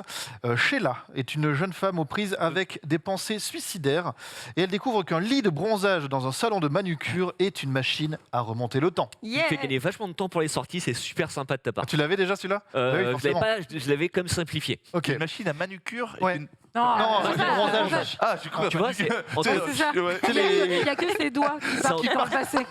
C'est entre Destination Finale 3 et Retour vers le futur. C'est la main de Famille Adams. Et bien sûr, c'est aussi en ce moment, voilà, il y a la sortie de 1899, donc la série sur Netflix par les créateurs de Dark, une série qui avait justement marqué son époque par un traitement du voyage dans le temps assez atypique, Dark. Donc on ne va pas parler forcément de 1899 en long, en large et en travers. Vous pourrez évidemment l'aborder. Moi, j'avais, en préparant l'émission avec Paul, noté qu'il y a 3-4 façons de traiter le voyage dans le temps. Dans les grands ensembles, il y a modifier le passé, change le futur. Bon, ça, c'est Retour vers le futur, clairement. Facile. Et puis plein d'autres. Il y a un peu plus compliqué. Alors ça, c'est le plus répandu. Un peu plus compliqué, il y en a un deuxième, c'est modifier le passé ne sert à rien, parce que de toute façon, il est déjà modifié. Ça retombe dans ses rails. Bien sûr. Ça retombe toujours sur ses rails. L'exemple marquant, c'est l'armée des 12 singes. Jean-Philippe. J'adore cet exemple. Grand film. Le troisième, c'est changer le passé et créer une nouvelle timeline. Donc c'est le principe des multivers. Ouais, Ouais. avec Ouais, Game, Là, Rick et Morty, voilà, Oui, pour en aussi. citer qu'un. Dragon Ball Z, bah oui, c'est vrai. Et une quatrième catégorie, c'est des fois c'est juste chelou, voilà, et dedans il y a Tenet par exemple. Hein. Comment on fait Tenet? Comment on fait un jour sans fin? En rembobine Un jour sans fin, on fait comment? Ouais, mais t'as J'ai oublié vraiment le fait que vous ayez Oui, créé une c'est du voyage catégorie dans le temps, c'est ouais. c'est de la boucle temporelle, Ouais, c'est ça, c'est c'est pas t'as pareil. oublié Ah. Tu les restes boucles coincé. temporelles. Ouais, mais coincé. quand je Tu vous dis restes c'est coincé. quand je vous dis c'est chelou, c'est qu'il y a dedans il y a Tenet, il y a Dark, il y a Last Night in Soho, il y a Un jour Ouais. sans fin, Code Quantum, Futurama. Oh, tant qu'il y a Code Quantum, ça va. Code Quantum, Attendez, ouais. oui. Moi, j'en Oui, sors oui, pas, c'est vrai que c'est oui. boucle temporelle. Ouais, c'est un peu votre Oui. pot pourri des voyages dans le temps. C'est quoi. le, on sait Les pas, on sait pas où les mettre. inclassables. Ouais, c'est ça. Après, ouais, pour le coup, Attention, le quatrième va vous surprendre. moi les boucles temporelles, je le mettrais vraiment encore à part. Hein. Vraiment dans le sens que Tu voyages pas en fait. Enfin, c'est ça, c'est qu'en fait le truc c'est que Bah, tu voyages, mais c'est limité, quoi. voilà, Ouais. tu restes, Tu voyages, ça ouais. reste du voyage dans le temps, mais c'est du chelou, surplace mais dans le temps en fait. c'est c'est du ça. surplace C'est dans du le temps. surplace parce que, dans le temps. Voilà, il y a aussi About Time et Palm Ouais. Spring, Palm Spring qui était qui est bien. sorti Et, justement, et un voyage un Happy jour sans fin. Birthday. Ouais. Alors j'ai pas Ouais. vu, mais Ouais, je veux ouais. bien te croire. Très bon, Happy Birthday. C'est rigolo. On a Ouais. tendance à dire que dès qu'un scénariste va sur voyage dans le temps, C'est une il se facilité. prend les pieds dans les Ah, logiques. bah, Alors, la- on a la- une scénariste autour du plateau. Alors, je Je sais meurs qu'on- d'envie de lui poser la question. Alors, Juliana, le voyage dans le Écris-nous temps. un truc. Alors, en plus, je vous le dis pour être honnête, moi j'ai développé 2 séries avec des histoires de voyage dans le temps. Ok. Une qui risque de voir le jour un moment sur une chaîne. Et la deuxième qui ne se fera pas, je pense. La clé, je pense, c'est de décider de ta catégorie avant de commencer à écrire, ça. parce que je pense qu'il y a pas mal de gens qui, quand ils se prennent les pieds dans le tapis, quand ils écrivent des séries de voyage dans le temps ou des films de voyage dans le temps, n'ont pas vraiment décidé et se sont dit, je serai dans la 4e de toute façon si c'est bizarre. Ça peut y vont, ça que tu dis. Et en réalité, c'est ce qui structure ton écriture, en fait, de savoir si tu es dans l'une ou dans l'autre, etc. Après, ça dépend bien sûr de ce que tu veux raconter dans ton film, de ce que tu veux raconter dans ta série, quels sont les enjeux des personnages, quel est le but de ce voyage dans le temps, est-ce que c'est un voyage intérieur du personnage en tant que tel qui va comprendre des choses et qui va continuer à avancer dans son présent, est-ce que non, est-ce qu'il y a des enjeux plus grands que ça, est-ce qu'il faut aller tuer quelqu'un qui va déclencher une guerre, en tout cas, au voyage dans le temps s'applique énormément de genres différents. Moi, j'ai une passion vraiment pour les concepts et les genres, mais ça va du voyage dans le temps à la boucle temporelle. On va les définir. Moi, j'aimerais qu'on mette un petit peu de côté ceux où tu as juste un personnage qui va dans une autre époque, Ouais. mais, les visiteurs. mais ça change rien. Il y a pas de Classique. on s'en fout, quoi. Genre Futurama, je l'ai cité, mais en vrai, Oui. Fry, il est de 99, il part en 2000, machin, et jamais c'est un sujet qui les voyage dans le temps. C'est juste, Oui. c'est comme ça. Et puis après, l'histoire, elle est concentrée ailleurs. Après, les Ça, pour visiteurs, moi, il y a quand même des changements, parce que j'ai entendu les visiteurs, mais les visiteurs, il y a un enjeu quand même. Oui, il faut changer le cours du temps dans faut les changer visiteurs. faut changer des Oui, choses. c'est vrai. De Freddy Conde. Mais, Donc mais en après, tout tu cas- parlais de boucle temporelle et de, c'était quoi l'autre? Non, mais qu'en tout cas, moi, j'avais une passion pour le style de le voyage dans le temps et la boucle temporelle que je dissocie parce qu'effectivement, pour moi, c'est pas tout à fait les mêmes enjeux, même si ça fait parfois appel au même code. Mais en tout cas, c'est des choses qui sont très codifiées, dont on a eu énormément d'exemples, plus ou moins réussis. Je trouve qu'on est parfois trop référencé aussi dans nos propres envies, c'est que tu aimes tellement Retour vers le futur que du coup veux faire que tu ça. peux ressusciter de Retour vers le Ouais. futur et il y a un côté en fait non, qu'est-ce que tu m'apportes de nouveau, qu'est-ce que tu veux raconter, et c'est en tout cas c'est ça l'enjeu, je pense, aujourd'hui, s'il y a des gens qui nous regardent et qui veulent écrire des fictions de voyage dans le temps, c'est qu'est-ce que tu veux raconter qui n'a pas été raconté et à quel moment le voyage dans le temps est l'outil essentiel pour toi pour raconter cette histoire. Donc moi, c'est ça qui me passionne, à la fois dans le fait de les regarder et parfois de les trouver bien ou de les trouver moins bien et de les oublier très très vite. Et au-delà de ça, il faut être carré sur ce que tu veux et il faut faire des grands boards de timeline pour essayer de comprendre ce qui se passe pas, selon ton style de voyage dans le temps. Oui, parce que tu prends genre un Terminator, le premier. Mm. Le sujet, c'est que dans le futur, le leader de la résistance renvoie quelqu'un Ouais. pour protéger sa mère, Ouais. qu'il Ouais. puisse naître, parce que les Oui. machines envoient un robot tueur, etc. C'est ça. Mais c'est que le voyage dans le temps est presque accessoire là-dedans. Mais Parce que ça ce qui Oui, mais fonctionne. tout c'est c'est le déjà présent. passé. Ouais. Ça fonctionne, mais le truc, c'est T'assistes que pas au voyage. son pote qui l'envoie dans le passé, Ouais. en fait, c'est son père. Et oui. Mais ça, justement, à un moment, la première fois, enfin, tu vois, il y a un truc, et là. C'est la poule et l'œuf. Non, mais en fait, c'est souvent ça. Comme il n'y a pas une seule façon de faire du voyage dans le temps, on a l'impression qu'en fait, chaque scénariste, chaque film, chaque série va avoir ses propres règles. Et ce qui était rigolo, tu parlais justement des scénaristes qui prenaient les pieds dans le tapis. Si vous vous souvenez, les semaines qui ont suivi la sortie de Avengers Endgame, tous les jours, les scénaristes, ou même Kevin Feige, le patron de Marvel Studios, étaient avec la goutte enfin. Ça, ce truc-là, on sait pas trop, mais. Il y a une explication. Mais vous l'expliquerez dans une série Disney. Dans quelques années. De 8 épisodes de 1 heure. 8 épisodes de 1h30. Mais alors, on n'a pas parlé de Looper non plus. Je pense que c'est un très bon film de voyage dans le temps. Qui rejoint ce que tu disais sur Terminator. Justement, le côté, en fait, c'est toi qui envoies quelqu'un pour t'auto-protéger. Looper, c'est quoi le pitch? Alors, vous vous souvenez assez ou pas? C'est dans le futur. En fait, il y a des tueurs. C'est avec Bruce Willis. Oui, c'est Bruce Willis. En fait, c'est des tueurs à gages dans le futur. En fait, ce qu'on fait, c'est qu'on leur renvoie leur future victime en fait à un endroit précis. Donc quelqu'un en fait à travers le temps. Et en fait, le but, c'est de la buter. Sauf qu'un jour, Joseph Gordon-Levitt, qui est le personnage principal, se retrouve face à ce qui doit être sa future victime, qui est lui-même plus vieux et qui est joué par Bruce Willis. Donc forcément, ça crée un cas de conscience. Et est-ce que tu vas pouvoir te buter alors que tu as été payé pour ça? Looper, oui, on est dans la boucle là, c'est ça, Juliana? Non, on est dans le voyage. Non, on est dans le voyage dans le temps. Dans le voyage.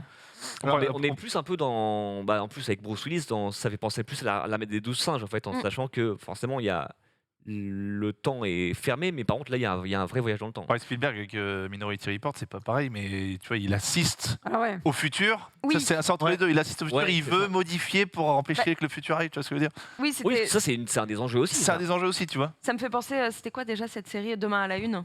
Ça me fait toujours penser à le journal du lendemain. C'est trop Un jour sans fin, quelque part, c'est aussi une boucle. Et le film avec Ryan, que je confonde pas les deux, Ryan Reynolds, le dernier, là où il va à travers le temps. Ouais, je l'ai pas vu parce qu'il il y a son fils, c'est son lui de l'époque, c'est ça? C'est lui qui revient voir en fait son père et donc lui jeune. J'ai pas osé le voir, ça avait l'air. C'est pas ça pas l'air fou. J'ai une question. Mais non. Allez, eh bien, il y a. Dans le temps, oui. Ça va arriver après. Non, j'ai une question. Du plus loin qu'ils vous souviennent, la première histoire sur le voyage dans le temps, ça remonte à quand et c'est quoi? Non, la première dans l'histoire de la pop culture, de la culture. Je suis en train de. On a une lumière. Il n'y a pas un film de Méliès qui fait ça, non? Justement. Alors, Méliès, je suis en train de. Alors, Méliès, c'est la lune et le missile, c'est ça? Méliès, c'est le premier avec la lune. Spoiler alert, c'est pas au cinéma. Non, mais c'est pas une nouvelle. Après, en vrai, voyage dans le temps, il y a plus ou moins un truc avec le premier truc du cinéma où il y a la caméra qui s'est arrêtée. Et après, il y avait un autre corps. Enfin, c'était un place de la Madeleine en 1896. C'était une charrette qui passait devant la place de l'Opéra, de la Madeleine. Et en fait, il y a eu la caméra qui s'est arrêtée. Et il y a un corbillard qui passe à ce moment-là. Et en fait, c'est une sorte un petit peu de, on va dire de voyage dans le temps, mais qui a créé en fait le truc du cut. Tout simplement. Voilà. Mais je pense pas que c'était ça. Non, moi je vous demande. Voilà. On a cité plein d'œuvres, mais il y en a une. Moi j'ai une théorie. Alors bien avant, vraiment. Est-ce que ça serait pas dans les pyramides égyptiennes avec Stargate et où en fait. Stargate. Non, parce que c'est Stargate. Du coup, Stargate, avec Colgate, on voyait dans la loin. Alors non, Stargate dans les pyramides. Stargate, il y a un très bon épisode, voire le meilleur épisode de toute la série de Stargate SG1, où justement il y a Teal'c et O'Neill qui sont bloqués dans une boucle temporelle où ils jouent du golf et tout. Mais c'était trop bien. Tu parles pas d'un film, tu parles d'un vrai truc. Non, je parle de la première fois que le concept de voyage dans le temps a été évoqué. Est-ce que c'est dans un roman? Non, attends, c'est dans une pièce de Molière. C'est l'ère des Anneaux. Un truc, c'est des Anneaux, ça date de 1950. C'est dans Tolkien, un mec de Tolkien. La Planète des singes, le livre, il date de quand? Planète des singes, c'est les années 60, 50-60. C'est proche du film. C'est pas Asimov. C'est pas Asimov, c'est avant. C'est pas Wells. C'est avant Wells. Wells, c'est celui qui l'a un peu explosé avec Jules Verne dans ce cas-là. Jules Verne, c'est un bon pif, mais c'est encore avant. Juju. Écoutez, c'est dans le roman du Graal Donc on est dans le truc médiéval. Merlin est capable de se déplacer mais oui, bien sûr. dans le passé et dans le futur et de savoir ce qui va arriver. C'est la première fois que le concept, on en a une trace écrite dans l'histoire. Disney, il vient même en ski. Ouais, c'est ça. Il soulève ces trucs. Maintenant, après, oui, de nos jours, et plutôt si on revient sur les œuvres audiovisuelles, c'est quand même H.G. Wells, l'adaptation de La machine à explorer le temps, qui a un petit peu fait date. En 1960, mais après, il y en a eu d'autres qui ont été faits avant, mais c'est vrai que celui en fait qui a servi de base effectivement, c'est La machine à explorer le temps, mais le film en 60 qui a été repris dans Retour vers le futur, c'est exactement les mêmes couleurs que la machine. Il a été. Alors par contre, je me souviens. On est d'accord que la version de 2002 de La machine à voyager dans le temps était pas dingo. Non. Ouais, moi j'ai un souvenir un peu bizarre. Avec Guy Pearce. Avec Guy Pearce, en vrai, c'était une espèce de lit, de siège avec des trucs un peu steampunk. Oui, on retrouve aussi dans la série là, avec La petite Nemo. Ah mais voilà, ça c'est ça c'est l'original et on la machine. Ah, c'est quoi cette série où il y a toujours un trait il Big Bang Theory, on les il voit joue au millionnaire en fait, il tournait la roue comme ça. Petite anecdote, les trois couleurs qu'on voit, donc le jaune, le vert et le rouge, c'est les mêmes couleurs sur le tableau de bord de la DeLorean. Oui, bien sûr. Et ça vient de là, en fait. J'ai l'impression que t'as la ref, Mélanie. J'ai la ref. Elle a la ref. Et alors question justement, tout à l'heure tu es allé un petit peu vite. J'étais déjà en avance sur le temps. Les différentes machines à voyager dans le temps. Alors il y a celle-là qu'on a vue, la machine à explorer le temps. Une cabine de police, parce que j'attends qu'on parle de Doctor Who depuis ce sujet, s'il vous plaît. La cabine de police, c'est le TARDIS, c'est ça? Ouais, je sais plus comment ça. Enfin, c'est un acronyme, je sais plus exactement ce que ça veut dire, mais en tout cas, ils se sont démerdés pour que ça veut dire. Je vais essayer de vous trouver ça, mais en fait, donc ça a la forme d'une cabine de police qui déjà n'existe plus dans le monde et existait déjà très peu en Angleterre, qui à l'intérieur, c'est un peu le running gag, c'est plus grand à l'intérieur, c'est un vrai vaisseau spatial avec des chambres, une piscine couverte apparemment, tu vois, mais j'aime bien cette machine, ouais. On a évidemment la DeLorean. Bien sûr. Qui a failli être un frigo, il me semble. Un frigo, je crois qu'il y a eu une histoire. C'est Indiana Jones qui l'a fait avant. Exactement, c'est Indiana Jones qui l'a fait après. Est-ce que il y a la cabine de bronzage. Et donc là, on a la cabine de bronzage. Est-ce que vous avez d'autres trucs? La potion, un visiteur. Une potion avec les visiteurs. Les trucs à cryogéniser, on peut considérer que... Oui, Hibernatus. Hibernatus, c'est bien. J'en ai un autre, si vous voulez. Un jacuzzi. Mais oui, bien sûr, la machine a démonté le temps. Mais oui, la machine Hot Tub Time Machine. Ça, c'est quand même vraiment un nanar.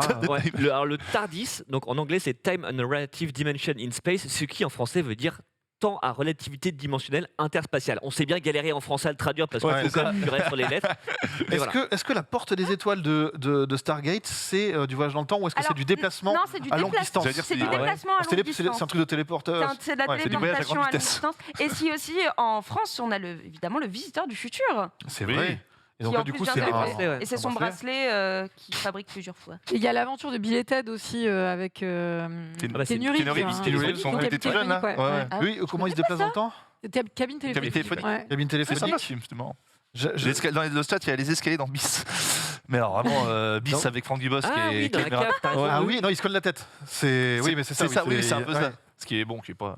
Et dans About Time, il y a le placard où il s'enferme. c'est un placard. Oui, il est obligé de s'enfermer dans un placard pour pouvoir voyager dans son propre temps à lui. Après, il y a le hasard aléatoire dans Time Traveler's Wife, la série. Lui, il se retrouve, ça pop de temps en temps, il disparaît, il réapparaît tout nu dans une autre époque. Non, mais il prend pas ses vêtements avec lui, donc il y a toujours ce truc. Il y a aussi le conduit dans Incroyable mais vrai. Oui, le conduit incroyable. C'est vrai qu'on oublie ce. Oui. Il y a les trous noirs, comme dans Interstellar. Oui, tout à fait. Il y a le blizzard dans Un jour sans fin. Le blizzard. Enfin, c'est pas vraiment le blizzard, c'est. Oui, c'est entre les deux. Alors, je lis dans le chat la machine à laver le temps des lapins crétins. Oui, très belle rêve. Bravo. L'effet papillon aussi. C'est vrai que l'effet papillon, c'est juste un pouvoir. C'est un pouvoir, mais c'était top. C'est le journal. Il a besoin du journal dans mon souvenir pour le faire. Il a besoin d'un souvenir écrit ou vidéo. Il a besoin de se projeter dans un objet. Et il y a un autre truc, c'est juste le portail dimensionnel classique, dans l'Iric et Morty, le pistolet. Et donc Kaamelott. Dans X-Men, ils voyagent dans le temps, il envoie leur conscience dans un corps du passé. Donc l'incarnation il y avait ça dans la vie de Léa aussi, non? Sur Netflix. La vie de Léa. Oui, c'est ça, c'est comme Code Quantum en fait, tu sais que tu t'incarnes dans un autre corps. Ouais. Alors oui, C'est dans le passé, dans la Encore vidéo. quand Enfin, il y a un truc, Kalos qui nous dit attention, tout déplacement est en voyage dans le temps. Alors oui, mais on va essayer de caler un petit peu Oui, plus. elle marche, effectivement. pour aller dans le Effectivement, futur. les films de François Truffaut sont. Le, Tu vas loin, quand même. le retourneur de temps dans Harry Potter. Ah, mais bien Tout à sûr. fait, absolument. Est-ce Oui. qu'il y a On a tous voulu avoir. est-ce qu'il y a un fan d'Harry Potter là autour de la Oui. table? Bah, de Harry Potter 3 en plus. C'est En plus toujours du le 3 en meilleur, plus. Alfonso Cuarón, toujours. Qu'est-ce que j'avais vu d'autre et qui était intéressant? Ah oui, le premier Superman de 85. Ah oui, gros, il fait tourner la Terre dans le sens inverse Mais oui, de son sens de rotation. malin. Pour sauver Loïs en fait et faire en sorte que ce qui s'est Ah, je passé savais pas. et qu'il n'a pas pu la sauver en fait et en fait ça lui est interdit Filou, clairement. ce Superman.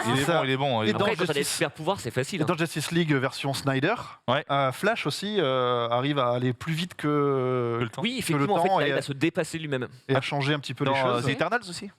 Eternals, il y a un pas truc de- comme ouais, ça. ouais. Il va pas, il y a pas un truc qui dit il faut pas changer le passé parce que. Alors non, en fait c'est qu'ils expliquent en fait ils sont pas intervenus sur, Oui, sur le Thanos tas. parce qu'en gros on leur Ouais. avait dit non. Mais c'est différent de tu vois, de C'est ce pas- que tu ouais, vois ouais. dans Doctor Who justement où en gros ils peuvent changer le cours du temps sauf que ils arrivent à ce qu'ils appellent genre des points fixes dans le temps, notamment quand ils sont à un épisode où ils sont à Pompéi. Mm. Où ils disent mais on peut pas empêcher ce qui se passe parce que si on le fait ça crée un paradoxe Ça crée un temporel, paradoxe. une façon de dire que oui des trucs que tu peux rigoler avec le voyage dans le temps mais qu'il y a des moments où tu peux pas non plus réécrire l'histoire et une tragédie comme Pompéi. Tomb Raider 1. Moi, en bossant. J'ai revu Tomb Raider 1. Ah oui, c'est vrai, à Oui. la fin. Ouais, Ah ouais, ouais, non, c'est vrai, je c'est Je me vrai. souviens pas de ça. Ah ouais, Bah, ouais. Daniel Craig si, si. meurt. Bah, Ouais. je Ah bon, oui je si spoil. si Et après, ouais, elle a Robert, repris. sort de l'eau t'as raison. Ouais, Très ouais. mauvais, ma vie. Ma vie. Moi, en me renseignant sur ce qui avait été fait quand j'écrivais ces séries-là, j'ai découvert une série qui s'appelle Being Erika aussi. Je sais plus ce que c'est le nom en Being français. Erika. T'as raison. Being Erika, Ouais. et c'est une nana qui arrive à se replonger pareil dans ses souvenirs d'adolescence du passé avec une espèce de mecs qui sont docteurs / psy. C'est vraiment pas mal, franchement. Il y avait alors Il c'était y a Noémie Lovski aussi, hein, il y a Peggy Sue, il y a Ouais. des trucs comme Oui. ça, hein, Et de après, retour il y dans le avait temps générationnel. dans les séries, mais c'était un peu plus secondaire par rapport au reste de l'intrigue, mais c'est dans Misfits, dans la saison 2, il y a un personnage en fait qui revient du futur. Et en fait, tu comprends que c'est l'un des héros qui, à la fin, en fait, doit faire quelque chose parce que ça rejoint ce que tu disais sur l'armée des 12 singes. C'est qu'en fait, comme c'est déjà arrivé, Oui. il comprend qu'il est obligé de suivre la voie qui est déjà toute tracée. Donc ça Oui. pose d'autres questions que Retour vers le futur où tu peux empêcher le futur de C'est se un côté produire très comme il est. cyclique. Dans le chat, Ouais, ils disent Un peu une fatalité en fait. Oui, c'est ça. Le Et- vaisseau de Trunks. ils disent Big, mais Big, c'est pas voyage dans le temps. En fait, il devient enfant. Oui. Voilà, c'est il voyage pas dans le Et- temps. L'armée des 12 singes, si en vrai vous voulez savoir d'où ça vient, il faut voir La Jetée de Ouais. Chris Marker, Ouais. et qui est Oui. vraiment, c'est un roman photo en fait, un film photo, et Oui, ça. c'est exceptionnel. Et en vrai, je trouve qu'on comprend vraiment mieux l'armée des 12 singes après l'avoir vu. Et pareil, c'est une histoire de ce qui le début en fait se relie à la fin, et vraiment là en plus comme c'est fait avec des photos, vraiment tu Comment ça s'appelle, lui La Jetée. Ah oui, ça. La de jetée. Chris C'est assez Et cool. on a 30 ans sinon rien aussi, moi, que j'adore, avec Jennifer Eh. Garner, où en Ah bah, fait, pas ouais, Big. mais c'est pour ça t'as vu qu'il y a eu Big, j'ai pensé Et à 30 ans Ruffalo. sinon rien, Il y a et Mark Ruffalo, où elle se retrouve, où elle fête ses, je sais plus, elle fête ses 13 ans. ses 13 ans. ouais, ça. Ah oui, c'est 13 going Voilà. sorti. Oui, et elle se retrouve dans ce qu'elle serait à 30 ans, Ah. et c'est génial, c'est un C'est un film classique. hein. trop good je connais mood, pas. C'est un c'est classique. génial. Mais après, il y a Je un me truc, le note. justement, ça rejoint ce que tu disais tout à l'heure sur les questionnements en fait enfin sur ce que tu veux aborder à travers le voyage dans le temps. Moi, Mhm. c'est aussi pour ça que c'est un sujet qui, comme toi, me fascine beaucoup parce que ça pose des questions. Genre, tu vois, je parlais de Misfits, le côté où tu te dis, vu que ça doit arriver, est-ce que tu es obligé de le faire? Toi, Mm. j'aime beaucoup en fait mais est-ce tous ces questionnements en fait. C'est sur est-ce que ton destin est déjà tracé? Mm. Est-ce qu'il y a une espèce de fatalité qui fait que oui, que la personne venant du futur, ça veut dire que tu as fait ce qui est prévu et que tu dois t'y plier? Est-ce que ou tu au dois y contraire, toucher Est-ce que t'as tu dois- une, Mais pour le et ça coup, rejoint c'est même assez Minority abordé. Report. Est-ce que tu peux Oui, changer ouais, le Ah bah, exactement. c'est futur, ça. sachant Est-ce que tu dois il laisser arrive? Ouais, ouais. C'est abordé aussi dans The Time Traveler's Voice, par exemple, parce que c'est quand même. D'ailleurs, c'est pour ça que c'est assez maladroit, mais c'est joué comme une histoire d'amour. Et lui est au courant et vient lui rendre visite alors qu'elle est enfant en tant que. Enfin, tout bien, tout honneur en tant que mec, mais en même temps, en venant lui rendre visite, il implique qu'elle elle le rencontre et qu'elle tombe amoureuse de lui en grandissant, etc. Enfin, il y a tout un enjeu sur. Bah, ok, mais en fait, à quel moment, j'étais destinée à tomber amoureuse de toi, ou à quel moment c'est en fait le fait que tu reviennes me voir Voilà. qui a décidé de ça. Enfin, en tout cas, ça pose des questions sur cette fatalité ou pas. Ouais, sur le libre pour le arbitre, libre tout ça. arbitre, ouais. Et il y a aussi, juste pour le côté historique, parce qu'il y en a toujours, c'est si on pouvait voyager dans le temps, est-ce qu'on tuerait Hitler, ce genre de choses. Il y a un épisode de Doctor Who en plus. Bah, là-dessus. Ouais. Et il y a Umbrella Academy. Justement, c'est dans la saison 2 où c'est au moment de l'assassinat de Kennedy. C'est est-ce qu'on sauve Kennedy ou est-ce qu'on sauve pas Kennedy parce que on sait ce qui se passe maintenant, on sait ce qui s'est passé après, mais est-ce qu'on existera malgré ça, vu qu'en fait l'Amérique aura changé? Et en fait, c'est toutes les questions justement de paradoxe temporel. Et là, c'est le personnage de 5, je crois, 5, qui en fait, lui, c'est son pouvoir de pouvoir voyager dans le temps. Et le truc, c'est qu'il embarque tout le monde et tout le monde est un peu genre. La question. Du coup, tu parles de Kennedy et moi, je pense à la série avec James Franco et qui est adaptée du bouquin de Stephen King, 22-11-63. 11-22-63. Et le film humoristique, quand il retourne à l'époque des dinosaures, tu sais, avec. C'est con, mais genre Will Ferrell, c'est ce qu'on s'appelait ce film-là. Il retournait avec. Voyage au centre de la Terre, un truc comme ça? Non, c'est celui-là. Non, il retourne à l'époque des dinos. Enfin, il y a plein de films où c'est retourné à l'époque préhistorique des dinos. Il y avait la série Terra Nova aussi qui faisait ça. Oui, Terra Nova, c'est marrant. Qui était pas ouf. Et alors, on n'a pas cité la télécommande de Click. Oui. Oui, bien sûr. Click, ça régale. C'est pas bon, mais ça régale. Click, c'est vraiment un petit dimanche après-midi avec un plaid. Iron Prod qui nous dit le 4-4 de Sharknado 6. Parce que Sharknado, c'est le seul que j'ai dinosaures. Oui, c'est vrai qu'il s'appelle genre il s'appelle About Time. On n'a pas parlé de Time Cop, mais j'aimerais quand même qu'on cite Time Cop. Time Cop, plaque chauffante, grand écart, un classique, c'est dedans. Il y a dans Men in Black 3 aussi un voyage dans le temps. Ah oui, avec Josh Brolin. La série Heroes avec le personnage Hiro, je crois. C'est Hiro Nakamura. Ah oui, bien sûr. Qui lui vraiment arrive à. Lui, il peut tout faire, il peut bouger, il peut revenir dans le temps et tout, et à chaque fois, il peut se téléporter. C'est vrai. C'est cool. Il y a du Lost aussi, Flash Forward, évidemment. La dernière série, là. Et encore que Flash Forward, est-ce que c'est du voyage dans le temps? Parce qu'en fait, c'est juste qu'ils ont vu le futur. Mais ils se sont pas, ils ont pas. Dans le temps, non? Si on sait ce qui va se passer. Oui. Après, c'est le côté mental, Maintenant qu'on se les a un petit peu rappelés. Juste la dernière série, elle a l'air pas mal. J'ai pas vu. Ils prennent l'avion et ils partent 5 ans. Manifeste. The Manifest, c'est bien ça. Moi, j'ai vu le pilote, j'ai trouvé ça. En fait, mais je sais pas si c'est le voyage dans le temps pareil, parce qu'en fait, c'est un avion qui a disparu pendant 5 ans et eux, en fait, c'est juste que. C'est pas. Le vol, c'est bien passé. Ils sont dans une espèce de boucle. Le vol, c'est bien passé. Et en fait, il y a 5 ans. Un peu de retard, désolé pour le retard, 5 ans. Ils ont été remboursés. Ils ont eu dans les boucles, il y a Edge of Tomorrow qu'on cite régulièrement, quel que soit le sujet. Super. Très bien.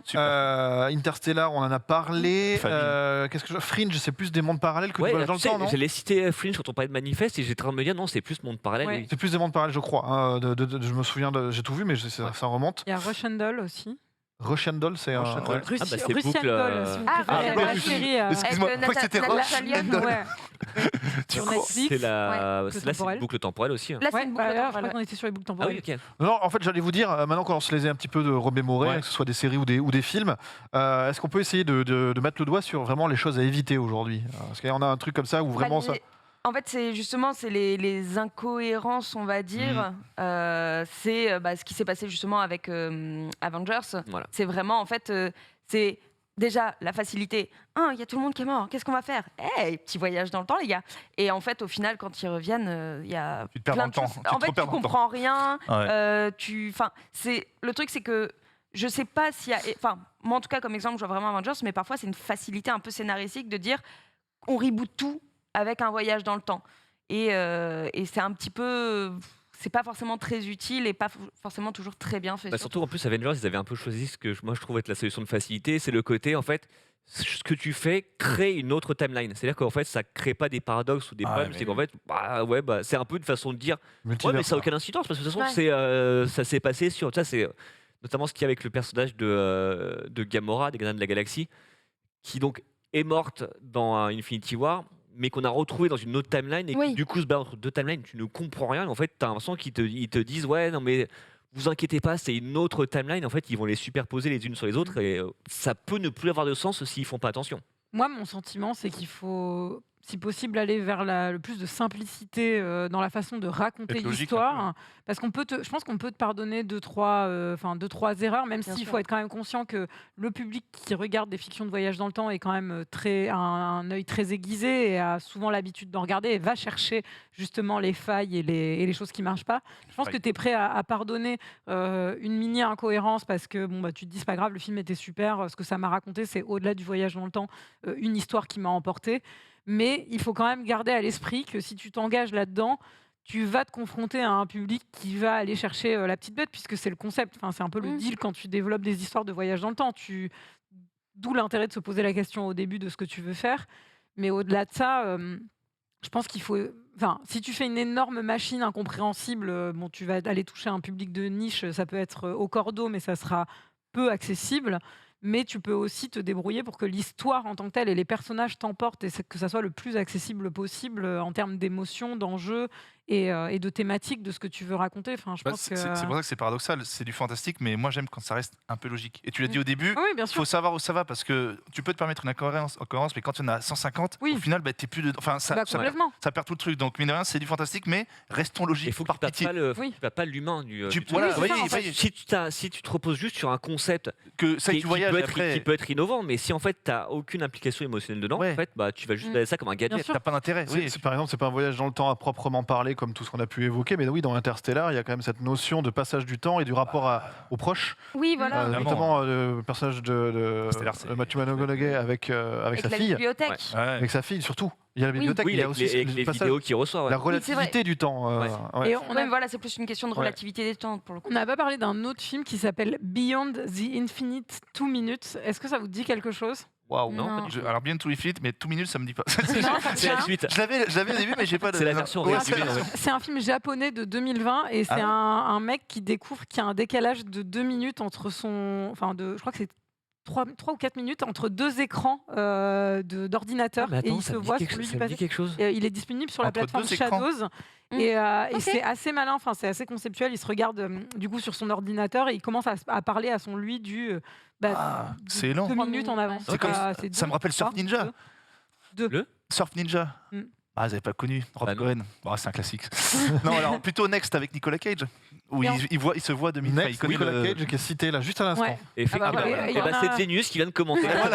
On n'a pas cité Prédestination non plus, qui est un film très très cité quand on parle de voyage dans le temps, parce que je vais pas avec Ethan Hawke, c'est celui-là? Oui, c'est ça. Okay. Je vais pas rentrer dans les détails parce que c'est un film tellement conceptuel que c'est lui-même un concept. Et je pense que c'est pour ça qu'il marque les gens aussi, c'est que le scénario en tant que tel est. Ton film japonais me chauffe bien.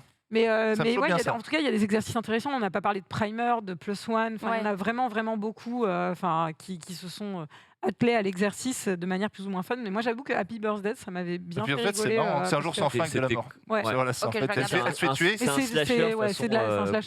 Mais c'est intéressant. Je n'ai pas vu le 2, mais c'était marrant. Marrant, quoi.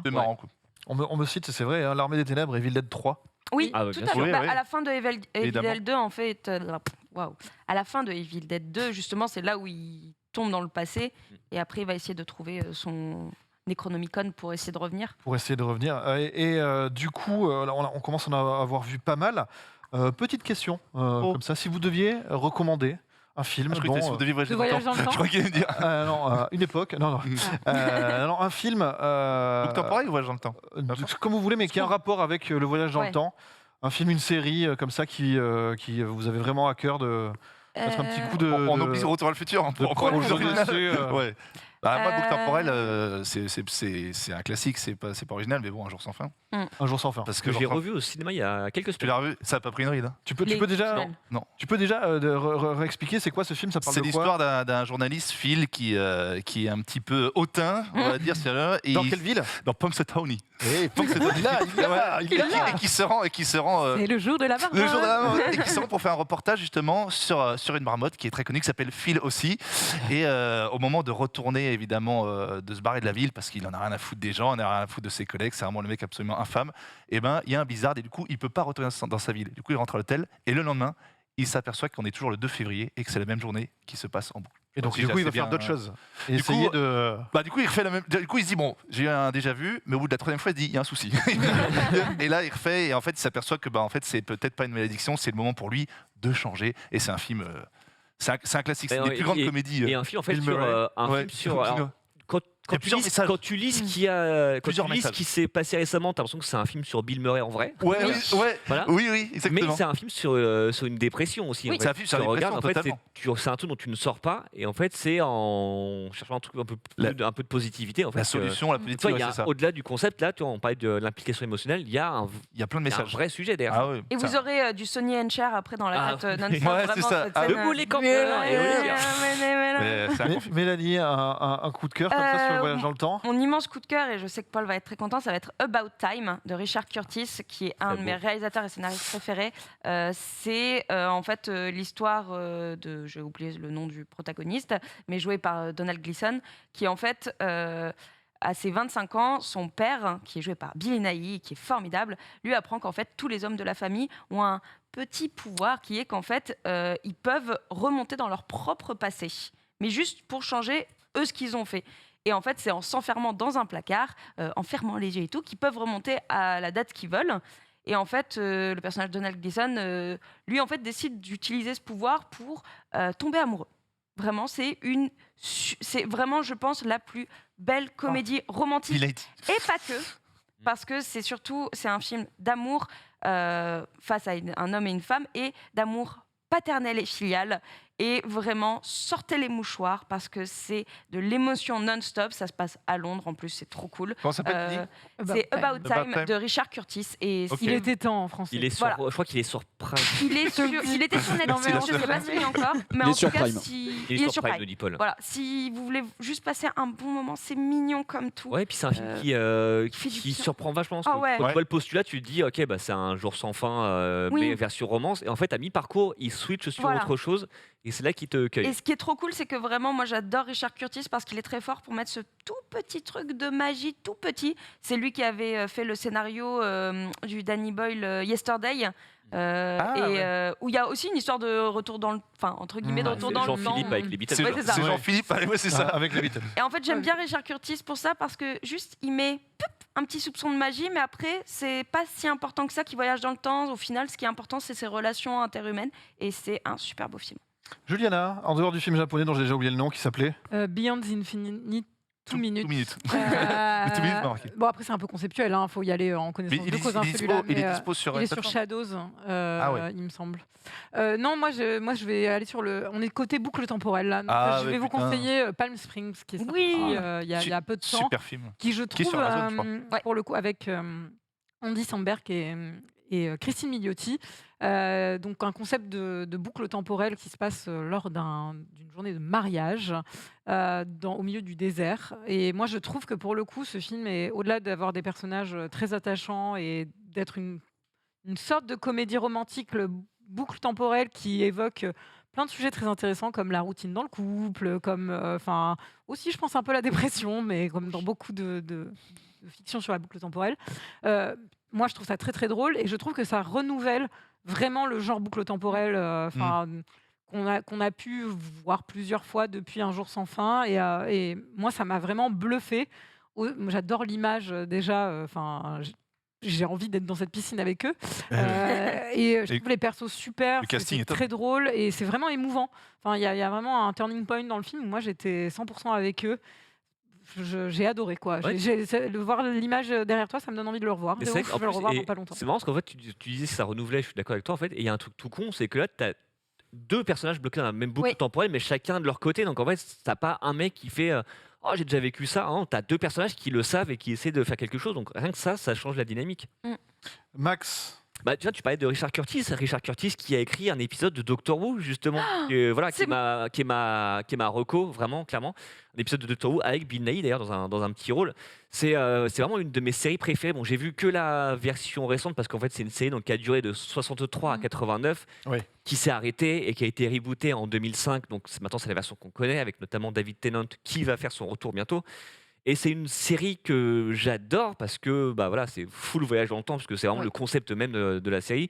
C'est entre la science-fiction, l'aventure, la comédie. Il y a vraiment beaucoup de choses. Et puis l'un des points forts justement de la série, c'est le personnage principal, le personnage du docteur, qui en fait est un extraterrestre, qui a 2 cœurs, qui a à peu près 1000 ans et qui a une apparence humaine, et qui à chaque fois qu'il meurt, grâce à l'énergie qu'il y a dans son TARDIS, donc sa machine à voyager dans le temps, ne décède pas mais se régénère, c'est-à-dire qu'il change d'apparence, qui fait comme ça le casting, la production peut changer d'acteur principal ou d'actrice, puisqu'on a eu une comédienne récemment, et que du coup le personnage aussi change, les scénaristes changent un peu, donc en fait la série arrive à se renouveler un petit peu, même si tu retrouves souvent les mêmes thématiques, les mêmes méchants, mais ça fait que c'est une série qui qui se régénère d'ailleurs assez souvent. Et en plus, cette idée de changer d'acteur, en fait, ça vient du fait que le tout premier acteur de la série, donc dans les années 60, en fait, était malade et donc ne pouvait pas continuer malgré le succès de la série. Et donc, du coup, ils ont trouvé l'idée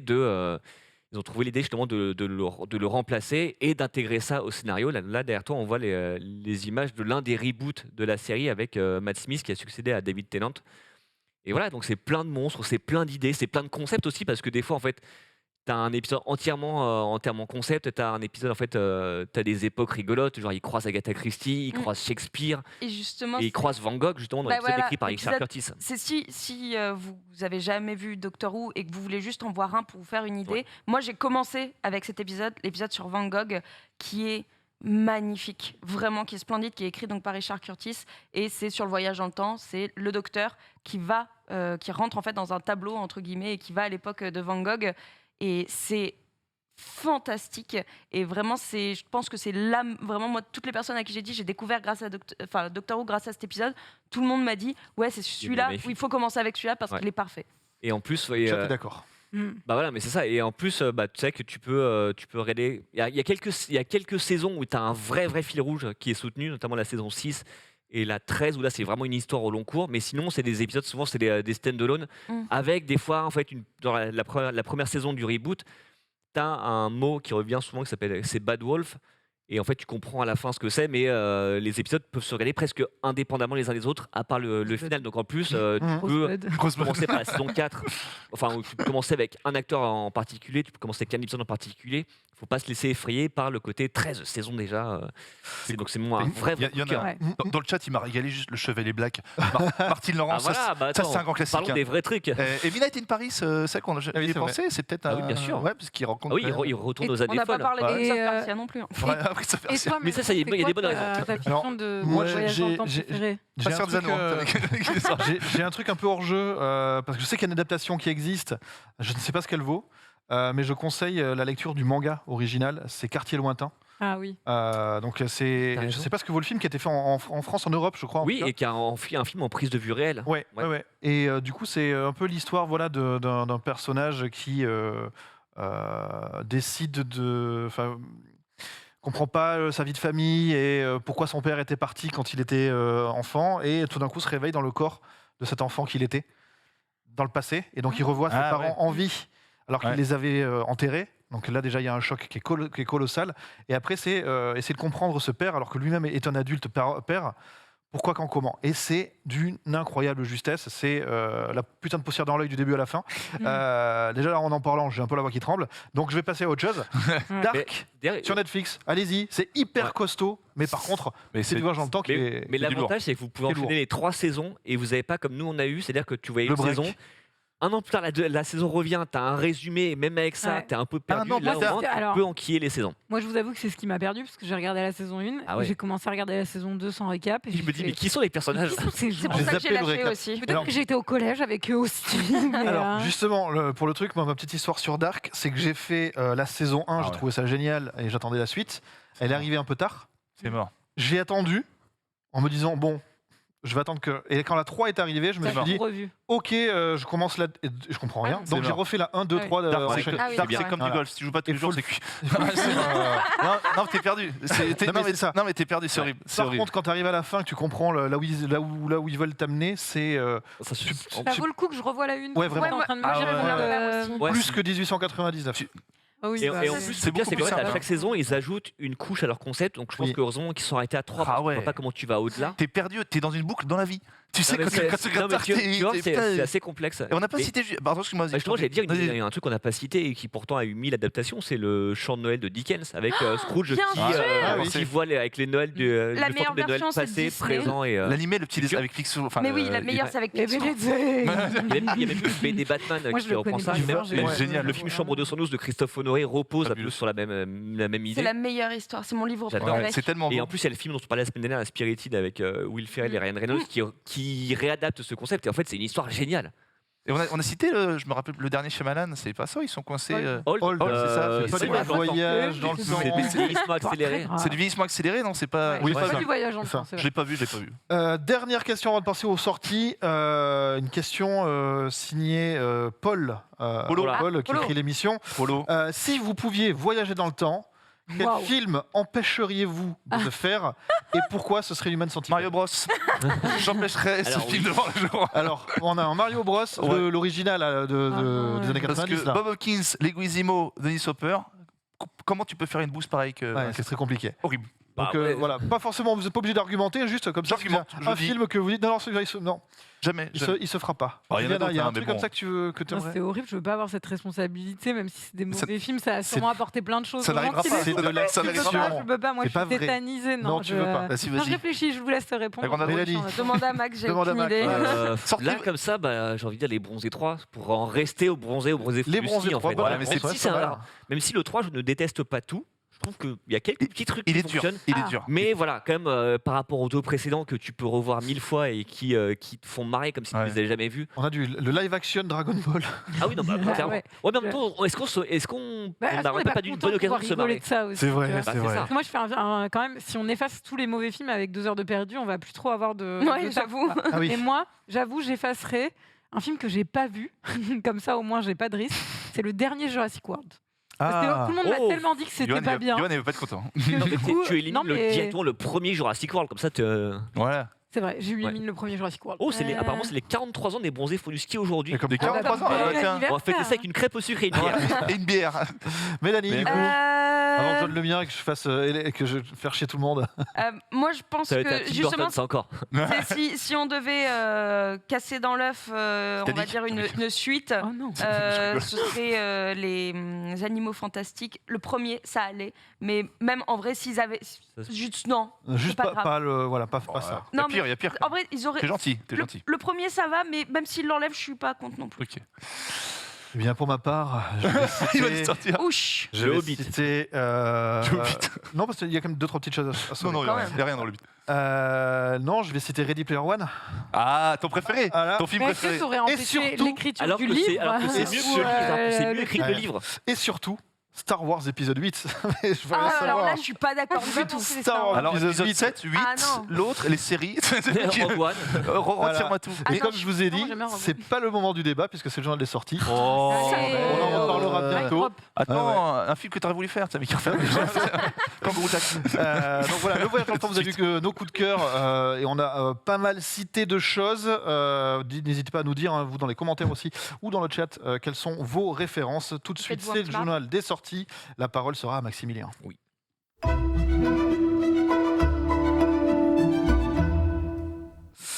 Et on commence par les 5 à ne pas rater. Et après, on verra un petit peu les autres sorties. Exactement. Et donc, on commence sur Netflix avec ton réalisateur préféré, puisque c'est le grand retour de Tim Burton sur Netflix avec Mercredi, qui sort donc mercredi, parce que la vie est quand même bien faite. Donc, c'est 3 ans après la sortie de Dumbo. Et cette fois-ci, il se tourne vers les séries. C'est sa première série. Alors, imaginée par Tim Burton, on va en reparler dans quelques instants, mais il n'a réalisé que 4 épisodes sur 8. Et là, voilà. Et là où je mettais un bémol sur le imaginé par Tim Burton, c'est que c'est quand même une nouvelle adaptation de la famille Addams, qu'il n'a pas créé. Mais cette fois-ci, en fait, on est un peu plus loin dans le temps, puisqu'en fait, c'est centré sur Mercredi, d'où le titre de la série, parce que la vie est décidément bien faite. Mais elle a un peu grandi et elle fait partie de la Nevermore Academy, où elle enquête sur une série de meurtres. Donc Mercredi, on la voit là, est incarnée par Jenna Ortega, qu'on a vu dans le dernier Scream. Et ses parents, Gomez et Morticia, sont joués par Louise Guzman et Catherine Zeta-Jones. Oui. C'est ça. Bon casting, ça. Très très bon donc, casting. Et donc ça sort demain, les 8 épisodes d'un seul coup. Ouais. Est-ce que tu peux nous dire combien d'étoiles de la hype chez toi, Max? Entre 0,5 et 5. Ouais, un petit... Allez, on va mettre un 4 parce que j'ai envie d'y croire, même si ce que je disais tout à l'heure, c'est que la famille Addams, c'est fait pour Tim Burton. Ça fait même des années qu'il voulait faire un film d'animation autour de la famille Addams. Mais que la dernière fois qu'un projet était taillé pour lui, c'était Alice au Pays des Merveilles. Donc voilà, j'ai très envie de le voir. J'ai vraiment... Même les images, pour l'instant, me branchent plutôt. Après, il faut voir ce que ça va donner sur la durée parce que c'est 8 épisodes de 45-50 minutes, je pense. Est-ce qu'il y a Johnny Depp avec un maquillage dégueulasse et improbable? Alors, Alors, c'est pas lui qui est derrière toi, justement. Non, en fait, je crois que je sais pas s'ils sont brouillés, mais ça fait quand même depuis Alice au Pays des Merveilles qui ne tournent plus ensemble. Non, depuis Dark Shadows qui ne tournent plus ensemble. Et il n'est pas annoncé au casting de ça. Donc tu m'as dit 3. 4. 4. Voilà. Mélanie. On va être sur un 3,5 parce que oui, je vais la regarder. Même, je pense, dès demain soir, je vais sûrement me faire plusieurs épisodes d'un coup. Mais voilà, vu ce qu'il nous a sorti ces dernières années, j'ai quand même un petit peu peur. Après, ça reste du Netflix, ça va être assez formaté aussi, j'ai un peu peur. Donc, je sais pas. Mais malgré tout, je vais regarder, ça c'est sûr et certain. Juliana. Moi j'ai quand même hâte. Moi j'aime beaucoup le journal des sorties parce que je peux parler des films et des séries sans les avoir vus, donc je peux être enthousiaste et après une semaine plus tard me rendre compte que j'ai été beaucoup trop enthousiaste comme avec des choses qui sont sorties la semaine dernière. Je mets un 4. 4. Eh ben alors. Après c'est les étoiles de la hype, c'est pas les histoires, les étoiles. Tout à fait. Je crois que j'ai mis 2 étoiles. 5. Pas plus que 2,5 pour Tim Burton, mais tout le lore, l'univers Family Adams, moi ça fait longtemps que j'ai décroché. Ça me touche. T'as grandi. Il y a Oncle Freddy toujours qui reste. Ouais, quand même. Je dis ça parce qu'il paraît qu'il était une fois 2 est une catastrophe. Ah, j'ai bien, j'ai bien aimé. C'est pas terrible. T'as bien aimé? C'est terrible. Moi, je trouve ça bancal. Mais oui, pardon, c'est pas l'enjeu, mais en tout cas, faut le regarder un j'ai pas dimanche encore... après-midi. C'est mieux que Hocus Pocus 2, si ça peut te rassurer. Hocus C'est Pocus mignon. 2. Deuxième Mignon. sortie, on va se diriger du côté de Disney+. Exactement, avec un unitaire qui s'appelle Les Gardiens de la Galaxie, Joyeuse Fête. Vous vous souvenez sans doute qu'il y avait donc le Christmas Special de Star Wars. Les Gardiens de la Galaxie ont désormais l'heure qu'on espère un petit peu moins gênant, même s'il sera facile de l'effacer après, puisque là on est sur une plateforme. Donc c'est un... Il y avait eu le film la Werewolf by Night il y a quelques temps. Là c'est dans la même catégorie, c'est-à-dire des petits films de 40 minutes. Un petit peu, beaucoup plus léger, là, qui fera le lien entre Thor 4 et les Gardiens de la Galaxie 3, qui est attendu en mai 2023. Et là, donc, on retrouve Mantis, Drax, Nebula, Kraglin peut-être, Rocket et Groot, qui s'associent pour changer les idées de Star-Lord, non pas à cause de Super Mario Bros.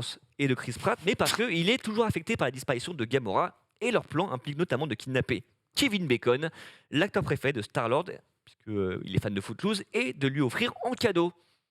Alors, est-ce que le mec avait demandé du bacon en cadeau et ils ont mal compris? Non, il parle souvent de Kevin Bacon dans le premier. C'est ça, ouais. Mais même dans le 2 également. Donc voilà, c'est en ligne vendredi sur Disney+. Et je suis prêt à parier que la bande-annonce des Gardiens de la Galaxie 3 arrivera peu de temps après. Peut-être pas à la fin, mais peu de temps après. Parce que on a déjà eu la bande-annonce de Ant-Man 3, qui est le prochain film Marvel.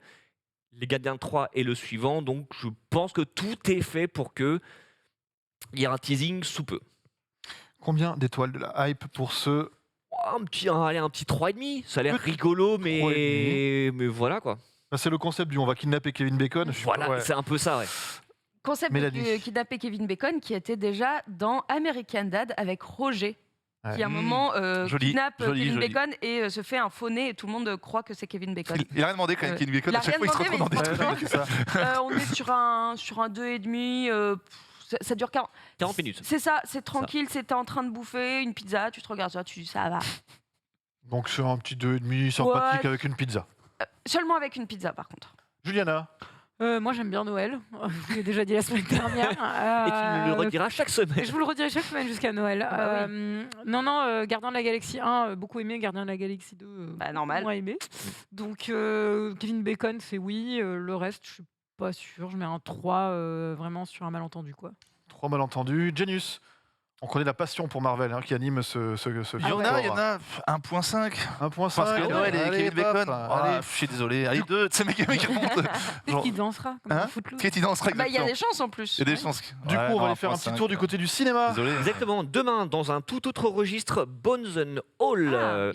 Qui sont les retrouvailles entre Timothée Chalamet et le réalisateur de Call Me By Your Name qui s'appelle Luca Guadagnino. On est encore dans une histoire d'amour, sauf que, et c'est quand même important de le noter, c'est une histoire d'amour entre deux jeunes cannibales sur les routes américaines. Donc on est, comme, je savais pas que c'était ça le comme vraiment indiqué, on est entre la romance, l'horreur et le road movie. C'est un film qui a eu 2 prix à Venise. Le prix du meilleur espoir pour la jeune actrice qu'on a aperçue là, qui s'appelle Taylor Russell Mackenzie, et le Lion d'argent du meilleur réalisateur pour Luca Guadagnino, et c'est un long métrage qui est interdit au moins de 16 ans. Ah oui. Ça me semble un petit peu excessif. Oui, il paraît qu'il est pas tellement... C'est pas un film gore, c'est un film qui est plus dérangeant que vraiment... que c'est pas une boucherie. Mais voilà, il faut savoir qu'il est interdit au moins de 16 ans. Combien d'étoiles de la hype? Alors moi je l'ai vu du coup. Combien d'étoiles Combien d'étoiles de la vision? Je mettrais un 3 parce qu'il y a des vraies fulgurances. Il y a un vrai sentiment de malaise dans certaines scènes et en plus la musique est faite par Trent Reznor et Atticus Ross qui avait fait notamment la musique de Social Network ou de Soul. Et de Book of Eli. Et voilà. Et du coup en fait ça concourt vraiment des fois à l'ambiance d'une scène. Mais je trouve que le récit est un peu trop étiré, le film dure 2 heures, quasiment 2h10, et au milieu, tu sais pas vraiment si ce qui intéresse le réalisateur, c'est l'histoire d'amour, si c'est le côté cannibale, si c'est même le road movie, donc il y a un moment tu te perds, mais sur la fin, il finit par t'accrocher. Donc voilà, il y a quand même des trucs, et ça vaut le coup de le voir en salle, parce que tu es pleinement dans l'ambiance, et il y a quelques scènes avec Mark Rylance, qui était dans Ready Player One d'ailleurs, qui sont bien dérangeantes comme il faut, mais en tant qu'ensemble, je suis pas totalement convaincu. C'est 3 étoiles du coup, sur 5. Mélanie? Eh ben, je fais partie du non-fan club de Timothée Chalamet. Je n'aime pas l'acteur. J'aime pas Call Me By Your Name non plus. Ok, c'est mal pareil. Voilà. J'aime pas les cannibales. Bon, ouais, mais le pitch, je déteste les voitures. Et le pitch et la bande-annonce sont super intéressantes. Tu me dis qu'il y a Trent Reznor, Atticus Ross. Ça donne un point en plus. Je n'irai pas le voir pour autant. J'ai failli le voir en avant-première, mais j'ai pas pu finalement. Et je pense que je vais attendre qu'il sorte sur une plateforme. Parce que je trouve le pitch super cool, donc à voir, et surtout pour la musique, c'est plus ça qui m'intéresse, donc on va plus partir sur un petit 2. On va écouter la BO. Ouais, ce que j'allais dire, tu peux écouter la BO. Hein, oui, voilà, ça va être plus ça, sinon. Ouais. Petit 2, Juliana. Moi, je suis un peu curieuse. Je trouve que Lucas fait. Je l'appelle Lucas par son prénom. C'est un peu Lucas fait des films trop longs, je pense. Alors, c'est moins long que Suspiria. Oui. C'est une bonne chose, mais oui. Mais j'avais trouvé qu'il y avait des longueurs dans Call Me By Your Name aussi. Après, je suis quand même un peu intéressée par ce film qui m'intrigue. Et Trent Reznor, Atticus Ross, c'est le sang. Donc, le film aussi, c'est le sang d'ailleurs. 3,5. 3,5. Pas mal. Ouais, 3,5. 3,5, Trent Reznor et Atticus Ross font partie de mes compos préférés. Moi, j'aime le scénar sans jeu de mots un peu cru. Et non, mais il n'y a pas de jeu de mots. Et non, moi, j'aime bien voir Timothée Chalamet. Je suis pas fan comme toi, mais j'aime bien le voir dans des registres vraiment qui le chamboulent un peu, qui le bousculent un peu. C'est ça, c'est qu'en fait, le truc, c'est que je suis curieuse parce que je pense pas que c'est un mauvais acteur, mais c'est juste, j'ai aimé aucun de ses personnages dans les films que j'ai vus avec lui. J'avais proposé un côté sur côté sur lui. Oui, je comprends, mais j'ai envie de le voir un petit peu dans des registres différents. Tu as raison, c'est que l'actrice, elle a l'air, juste à la bande-annonce, elle a l'air vraiment dingue, même si au début sur l'affiche, je croyais que c'était Zendaya. Oui, c'est vrai. Mais lui dans le film, il a quand même beaucoup plus de noirceur que dans certains de ses rôles. Donc c'est vrai que tu vois quand même qu'il évolue un peu là-dessus. Donc ça peut être intéressant. Voilà. Toujours au cinéma. Toujours au cinéma et toujours dans le registre La Grande Bouffe, Le Menu. Avec Ralph Fiennes, Anya Taylor-Joy, Nicholas Hoult. Entre autres, qui n'est pas dégueulasse. C'est un thriller américain, donc l'histoire d'un couple, Anya Taylor-Joy et Nicholas Hoult, qui se rendent sur une île isolée pour dîner dans un des restaurants les plus en vogue du moment, en compagnie d'autres invités triés sur le volet. Le savoureux menu est concocté par le chef. Le savoureux menu concocté par le chef va leur réserver des surprises aussi étonnantes que radicales. De ce qu'on m'a dit, il faut mieux en savoir le moins possible avant de voir le film. Apparemment, les surprises, c'est pas qu'il y a du piment d'Espelette dans leur place, mais quelque chose. Exactement. La bande-annonce, je l'ai vu au cinéma l'autre jour. Je me suis dit, oh, d'accord, je vois à peu près l'idée. C'est interdit au moins de 12 ans, donc ça a l'air d'être assez violent, mais c'est assez intriguant, je trouve. C'est combien d'étoiles de la hype? Entre 3 et 3,5, parce que ça m'intriguait beaucoup, et depuis que j'ai vu la bande-annonce, je vois ce vers quoi ça a l'air de tendre. Du coup, forcément, je pense que je perds une part de mystère et j'espère que ça va tenir jusqu'au bout, mais j'ai vraiment envie de voir. Mélanie? Alors, l'affiche est immonde. Désolée, vraiment, elle ne donne pas envie. Je pense qu'ils n'étaient pas tous là le jour de la photo. Ouais, mais par contre, moi justement, même si la bande-annonce spoil, je pense, beaucoup de choses, je suis quand même très hypée, donc on part sur un 4 et je pense que je vais aller le voir, c'est sûr et certain, et j'espère qu'il sera bien. Juliana? Moi, j'ai réussi à passer entre les gouttes. Je n'ai pas été spoilée. Je n'ai pas vu de bande-annonce. C'est jeudi, je me suis fait avoir par la bande-annonce au cinéma. J'essaie de continuer, en tout cas, dans cette lignée. Et j'ai des gens qui l'ont vu en festival à Londres qui m'ont dit que c'était vraiment très intéressant. Donc, je suis un bon 4. Un bon 4. Je vais aller sur le bon 4, super casting, tout ce qui est l'univers autour de la cuisine. Je sais pas si ça tourne vraiment que autour de la cuisine. C'est un thriller, je crois. Plus un thriller et tout. J'ai rattrapé le dernier film là en plan séquence. The Chef. Oui, là, c'est clairement sur la cuisine. Maintenant, il faut que tu regardes The Bear. Oui, maintenant, il faut que tu regardes The Bear. Ah, je vais voir. Disney+. Je vais voir. Je vois tout autour de la cuisine. Toi qui regardes les plateformes en plus. Je vais voir Sif. Donc, ouais. Donc 4 étoiles aussi pour Genius. Max, on reste au cinéma. Ouais, alors là, un registre totalement différent. Et là, c'est pareil, un film dont j'ai vu la bande-annonce il y a peu. Un film dont on entend beaucoup parler qui s'appelle Saint-Omer, qui est le film qui représentera la France dans l'Oscar à la course du meilleur film en langue étrangère. C'est un film qui, comme Bones and All, a reçu 2 prix à Venise, le prix du meilleur premier film et le Grand Prix. Comme je dis, c'est un premier long métrage réalisé par Alice Diop. C'est un drame judiciaire sur une jeune romancière qui assiste au procès d'une femme accusée d'avoir tué sa fille de 15 mois et qui voit ses certitudes et son jugement vaciller au fil des témoignages. Voilà, c'est un film dont on va beaucoup entendre parler dans les mois à venir parce que, évidemment, avec les Oscars, parce qu'il va y avoir un écrémage évidemment des candidats jusqu'aux nominations et ensuite jusqu'à la cérémonie à la mi-mars. Il y aura les Césars avant où je pense que le film sera l'un des favoris. Donc c'est peut-être pas un film très abordable pour le grand public, mais je l'ai quand même mis dans les incontournables parce que c'est un film qui a fait beaucoup de bruit à Venise. Vraiment, c'était l'un des grands favoris et il est reparti comme doublement primé. Et je pense que ça va être un film très important pour plusieurs raisons. Donc il faut peut-être se faire violence et y aller parce qu'en plus c'est un film qui dure 2 heures et qui est vraiment un film de procès. Mais ça a l'air de valoir le coup. Donc combien d'étoiles? Alors, allez, un bon 4,5, 5. Ouais. Ah oui, on est sur un... franchement, tout a l'air d'être réuni pour que ce soit bien. Après, peut-être qu'on nous l'a survendu aussi. Mais j'ai très envie de voir ça. Mélanie? Tout comme il a dit le monsieur, 5 sur 5. 5 sur 5. Juliana? Moi, je vous en avais parlé dans les news il y a quelques semaines. Moi, je suis à 5 depuis des mois, depuis Venise, quoi. Donc, j'ai vraiment très hâte. Très hâte. 4,5, ouais. 4,5. Ça a l'air fascinant et comme dit Max, c'est un film important. Donc ouais, très chaud. On enchaîne avec le reste des sorties. Exactement. Et on continue avec le cinéma, avec un autre film important, mais là, de par son sujet, puisque c'est le film She Said, film d'investigation un peu à la Spotlight, sur les 2 journalistes du New York Times qui ont révélé l'affaire Weinstein, qui a forcément eu des répercussions dans le milieu du cinéma et la société dans son ensemble. C'est un film réalisé par Maya Schrader avec 2 super actrices, Carey Mulligan qu'on connaît bien notamment grâce à Drive et Zoé Kazan qu'on connaît beaucoup moins qui pourtant est une actrice et une dramaturge géniale.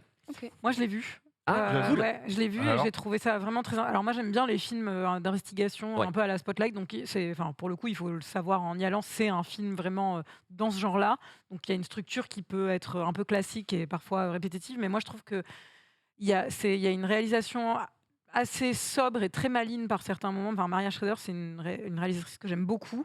Les 2 personnages de journalistes m'ont vraiment emporté avec elle dans leur enquête. Enfin, j'ai été complètement à fond. Je ne connaissais pas les détails en plus. C'est l'adaptation d'un bouquin à la base. Je ne connaissais pas tous les détails de cette enquête. Non, parce que nous, on a juste eu l'explosion, la révélation. Voilà, exactement. Et au-delà de ça, je trouve qu'il y a une place très importante qui est laissée à la parole des victimes dans ce film, qu'elles aient été comédiennes, assistantes et la pluralité de leur profil aussi, que j'ai trouvé très importante et très intéressante, qui, moi, m'a beaucoup touchée. Et c'est un film qui est quand même très intéressant, quoi. Après, j'ai encore plus hâte. She Said, disponible, visible au cinéma à partir du 23. Exactement, toujours au cinéma. Les Miens, qui est à peu près le 47e film de l'année avec Roche Dizem. On va pas vraiment se plaindre. Roche il revient. Roche c'est un peu le Virginie Efira. C'est ça. L'an prochain, on sait en fait, il n'y a que eux qui seront nommés comme acteurs. Avec Benoît Magimel aussi. Et Laure Calamy. C'est un bon acteur, effectivement. Mais la différence quand même avec les autres films dans lesquels on l'a vu cette année, c'est que là, c'est lui qui l'a réalisé. C'est sa 6e réalisation. C'est un film qu'il a coécrit avec Mai Wen, qu'on aperçoit également sur l'affiche. C'est un drame familial dans lequel un homme qui est réputé pour être très doux, qui est joué par Sami Bouajila, se met à parler sans filtre et dire ses 4 vérités à son entourage après un accident et un choc à la tête. À noter que ça ne dure que 1h25. Oui. Pour les histoires de films de journées qui ne durent que 24 heures. T'as toujours rêvé d'être un petit peu comme ça avec ton entourage, tu sais, pas forcément la famille, mais... Ah oui, moi, les gens en général, tu sais. Ah oui, dans l'émission par exemple. Ah oui, c'est le contraire de moi. Moi, je dis que je mens tout le temps. Je mens, je flatte et je mens. Toujours au cinéma. Également au cinéma, un film d'animation qui s'appelle Inuo, dont tu voulais nous parler, parce que c'est un de tes coups de cœur de l'année. Et effectivement, là aussi, j'ai vu la bande-annonce l'autre jour et ça a l'air assez dingue. C'est assez ovniesque. Moi, j'ai eu la chance de le voir à l'Étrange Festival où il était projeté en avant-première. C'est un film musical. Franchement, à part vous dire d'y aller sans forcément regarder de bande-annonce ou découvrir, moi, j'ai trouvé ça formidable. Ça faisait longtemps que je n'avais pas été emballée par un film comme ça. C'était un de mes coups de cœur du festival. Donc, allez-y. À part ovniesque, il n'y a rien d'autre qui me vient en tête, mais ça m'a beaucoup émue aussi. Et C'est un truc qui ressemble à rien de ce que vous verrez au cinéma cette année. Voilà. Bien vendu. On passe cette fois sur Canal+. Oui, exactement. Un film inédit diffusé ce soir qui s'appelle Call Jane, qui était le film d'ouverture du dernier festival de Deauville. Donc c'est une histoire avec Elizabeth Banks et Sigourney Weaver. Et c'est l'histoire d'un groupe de femmes qui pratiquaient des avortements clandestins avant que ça ne devienne légal en 1973 grâce à l'arrêté Roe v. Wade. Ce même arrêté justement qui a été annulé il y a quelques mois, ce qui rend le film d'autant plus important de par son sujet. Et au-delà de ça, parce que voilà, les films à sujet, des fois, en fait, c'est décevant. Le film, je l'ai vu à Deauville, je l'avais trouvé bien raconté, parce qu'il y a vraiment un mélange des tons entre le drame et la comédie qui fonctionne bien. Les actrices sont bien, et il y a vraiment cette notion de sororité qui est vraiment explorée dans le film. Donc ça en fait, je dirais pas forcément un feel-good movie, mais parce que forcément la fin est un petit peu amère, parce que tu sais, t'as les traditionnels cartons. Genre, l'arrêté a été prononcé en 1973, mais toi, tu sais avec le recul que tu as aujourd'hui ce qui s'est passé depuis.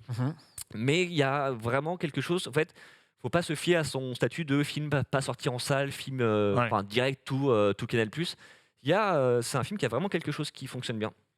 Et si je puis juste me permettre, parce que en fait, vu le sujet, il y a un film qui sort dans les prochaines semaines qui s'appelle Annie Colère, sur la semaine prochaine, qui est en fait exactement sur le même sujet, mais en France.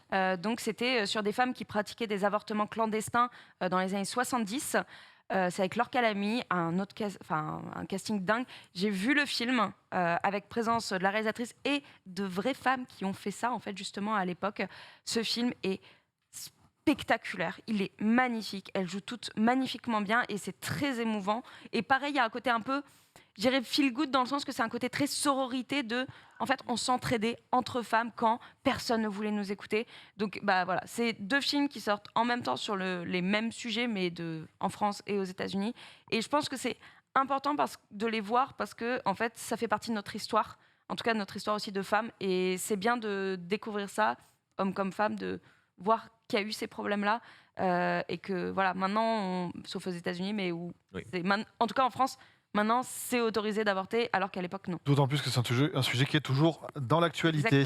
On reste sur Canal. Ouais, exactement, avec un film sorti en salle qui s'appelle 355, un film d'action et d'espionnage avec Jessica Chastain, Penelope Cruz, Diane Kruger et Lupita Nyong'o. C'est une histoire d'armes technologiques qui tombent entre de mauvaises mains et des espionnes venues du monde entier sont chargées de s'allier ou pas pour le retrouver. Petit spoiler, ça n'est pas aussi bien que le casting. On reste sur Canal+, mais du côté des séries, d'une mini-série qui s'appelle This England, les années Boris Johnson, donc une mini-série avec Kenneth Branagh, il faut le savoir quand même avant de voir les images, qui est méconnaissable dans la peau de Boris Johnson, le Premier ministre anglais. Et en fait, ça raconte les actions du gouvernement britannique face à la première vague de Covid, dont Boris Johnson avait été l'une des victimes. Et donc ça commence le 28, c'est-à-dire bientôt. C'est-à-dire lundi. On est le 22. Lundi soir. Voilà. Beaucoup plus près de nous, demain sur Disney+, le dernier épisode de la saison 1 de Andor, la série Star Wars consacrée à Cassian Andor. Il faut savoir que la saison 2 a déjà été commandée et que ce sera la dernière puisque normalement, elle doit boucler avec le début de Rogue One. Et j'en profite pour glisser un petit mot. C'est sans doute la meilleure série Star Wars que personne n'a vue. Ouais. Elle ça commençait un peu pas très bien et qu'en fait ça s'est beaucoup amélioré. Il y a 3 épisodes qui ont été diffusés le même jour qui sont un petit peu poussifs, mais depuis c'est une masterclass. C'est bien écrit, c'est bien joué, c'est bien réalisé. Qu'est-ce que ça fait du bien à l'univers Star Wars. Dommage qu'il y ait eu 4 séries avant qui n'étaient pas... C'est un peu l'idée. C'est dommage que c'est pour ça que les gens regardent. Le Mando. C'est l'anti-Obi-Wan. C'est vraiment quoi. On passe sur Prime. Sur Prime, on en a parlé un petit peu tout à l'heure. Vendredi, le film Meet Cute avec Kelly Cuoco et Pete Davidson, donc une histoire de voyage dans le temps pour essayer d'arranger un date un peu foireux. Le lundi, toujours sur Prime, la saison 2 de Demon Slayer. Tout est dit dans ce que je viens de dire. Il a vraiment écrit tout est dit. Tout est dit, vraiment. Au cas où j'avais oublié que je voulais rajouter quelque chose. Et ensuite, on finit avec 2 films en VOD, 2 séances de rattrapage. Tout d'abord, Crypto et les super animaux, film d'animation DC Comics sur les animaux de compagnie de Batman. Moi, j'ai pas encore vu.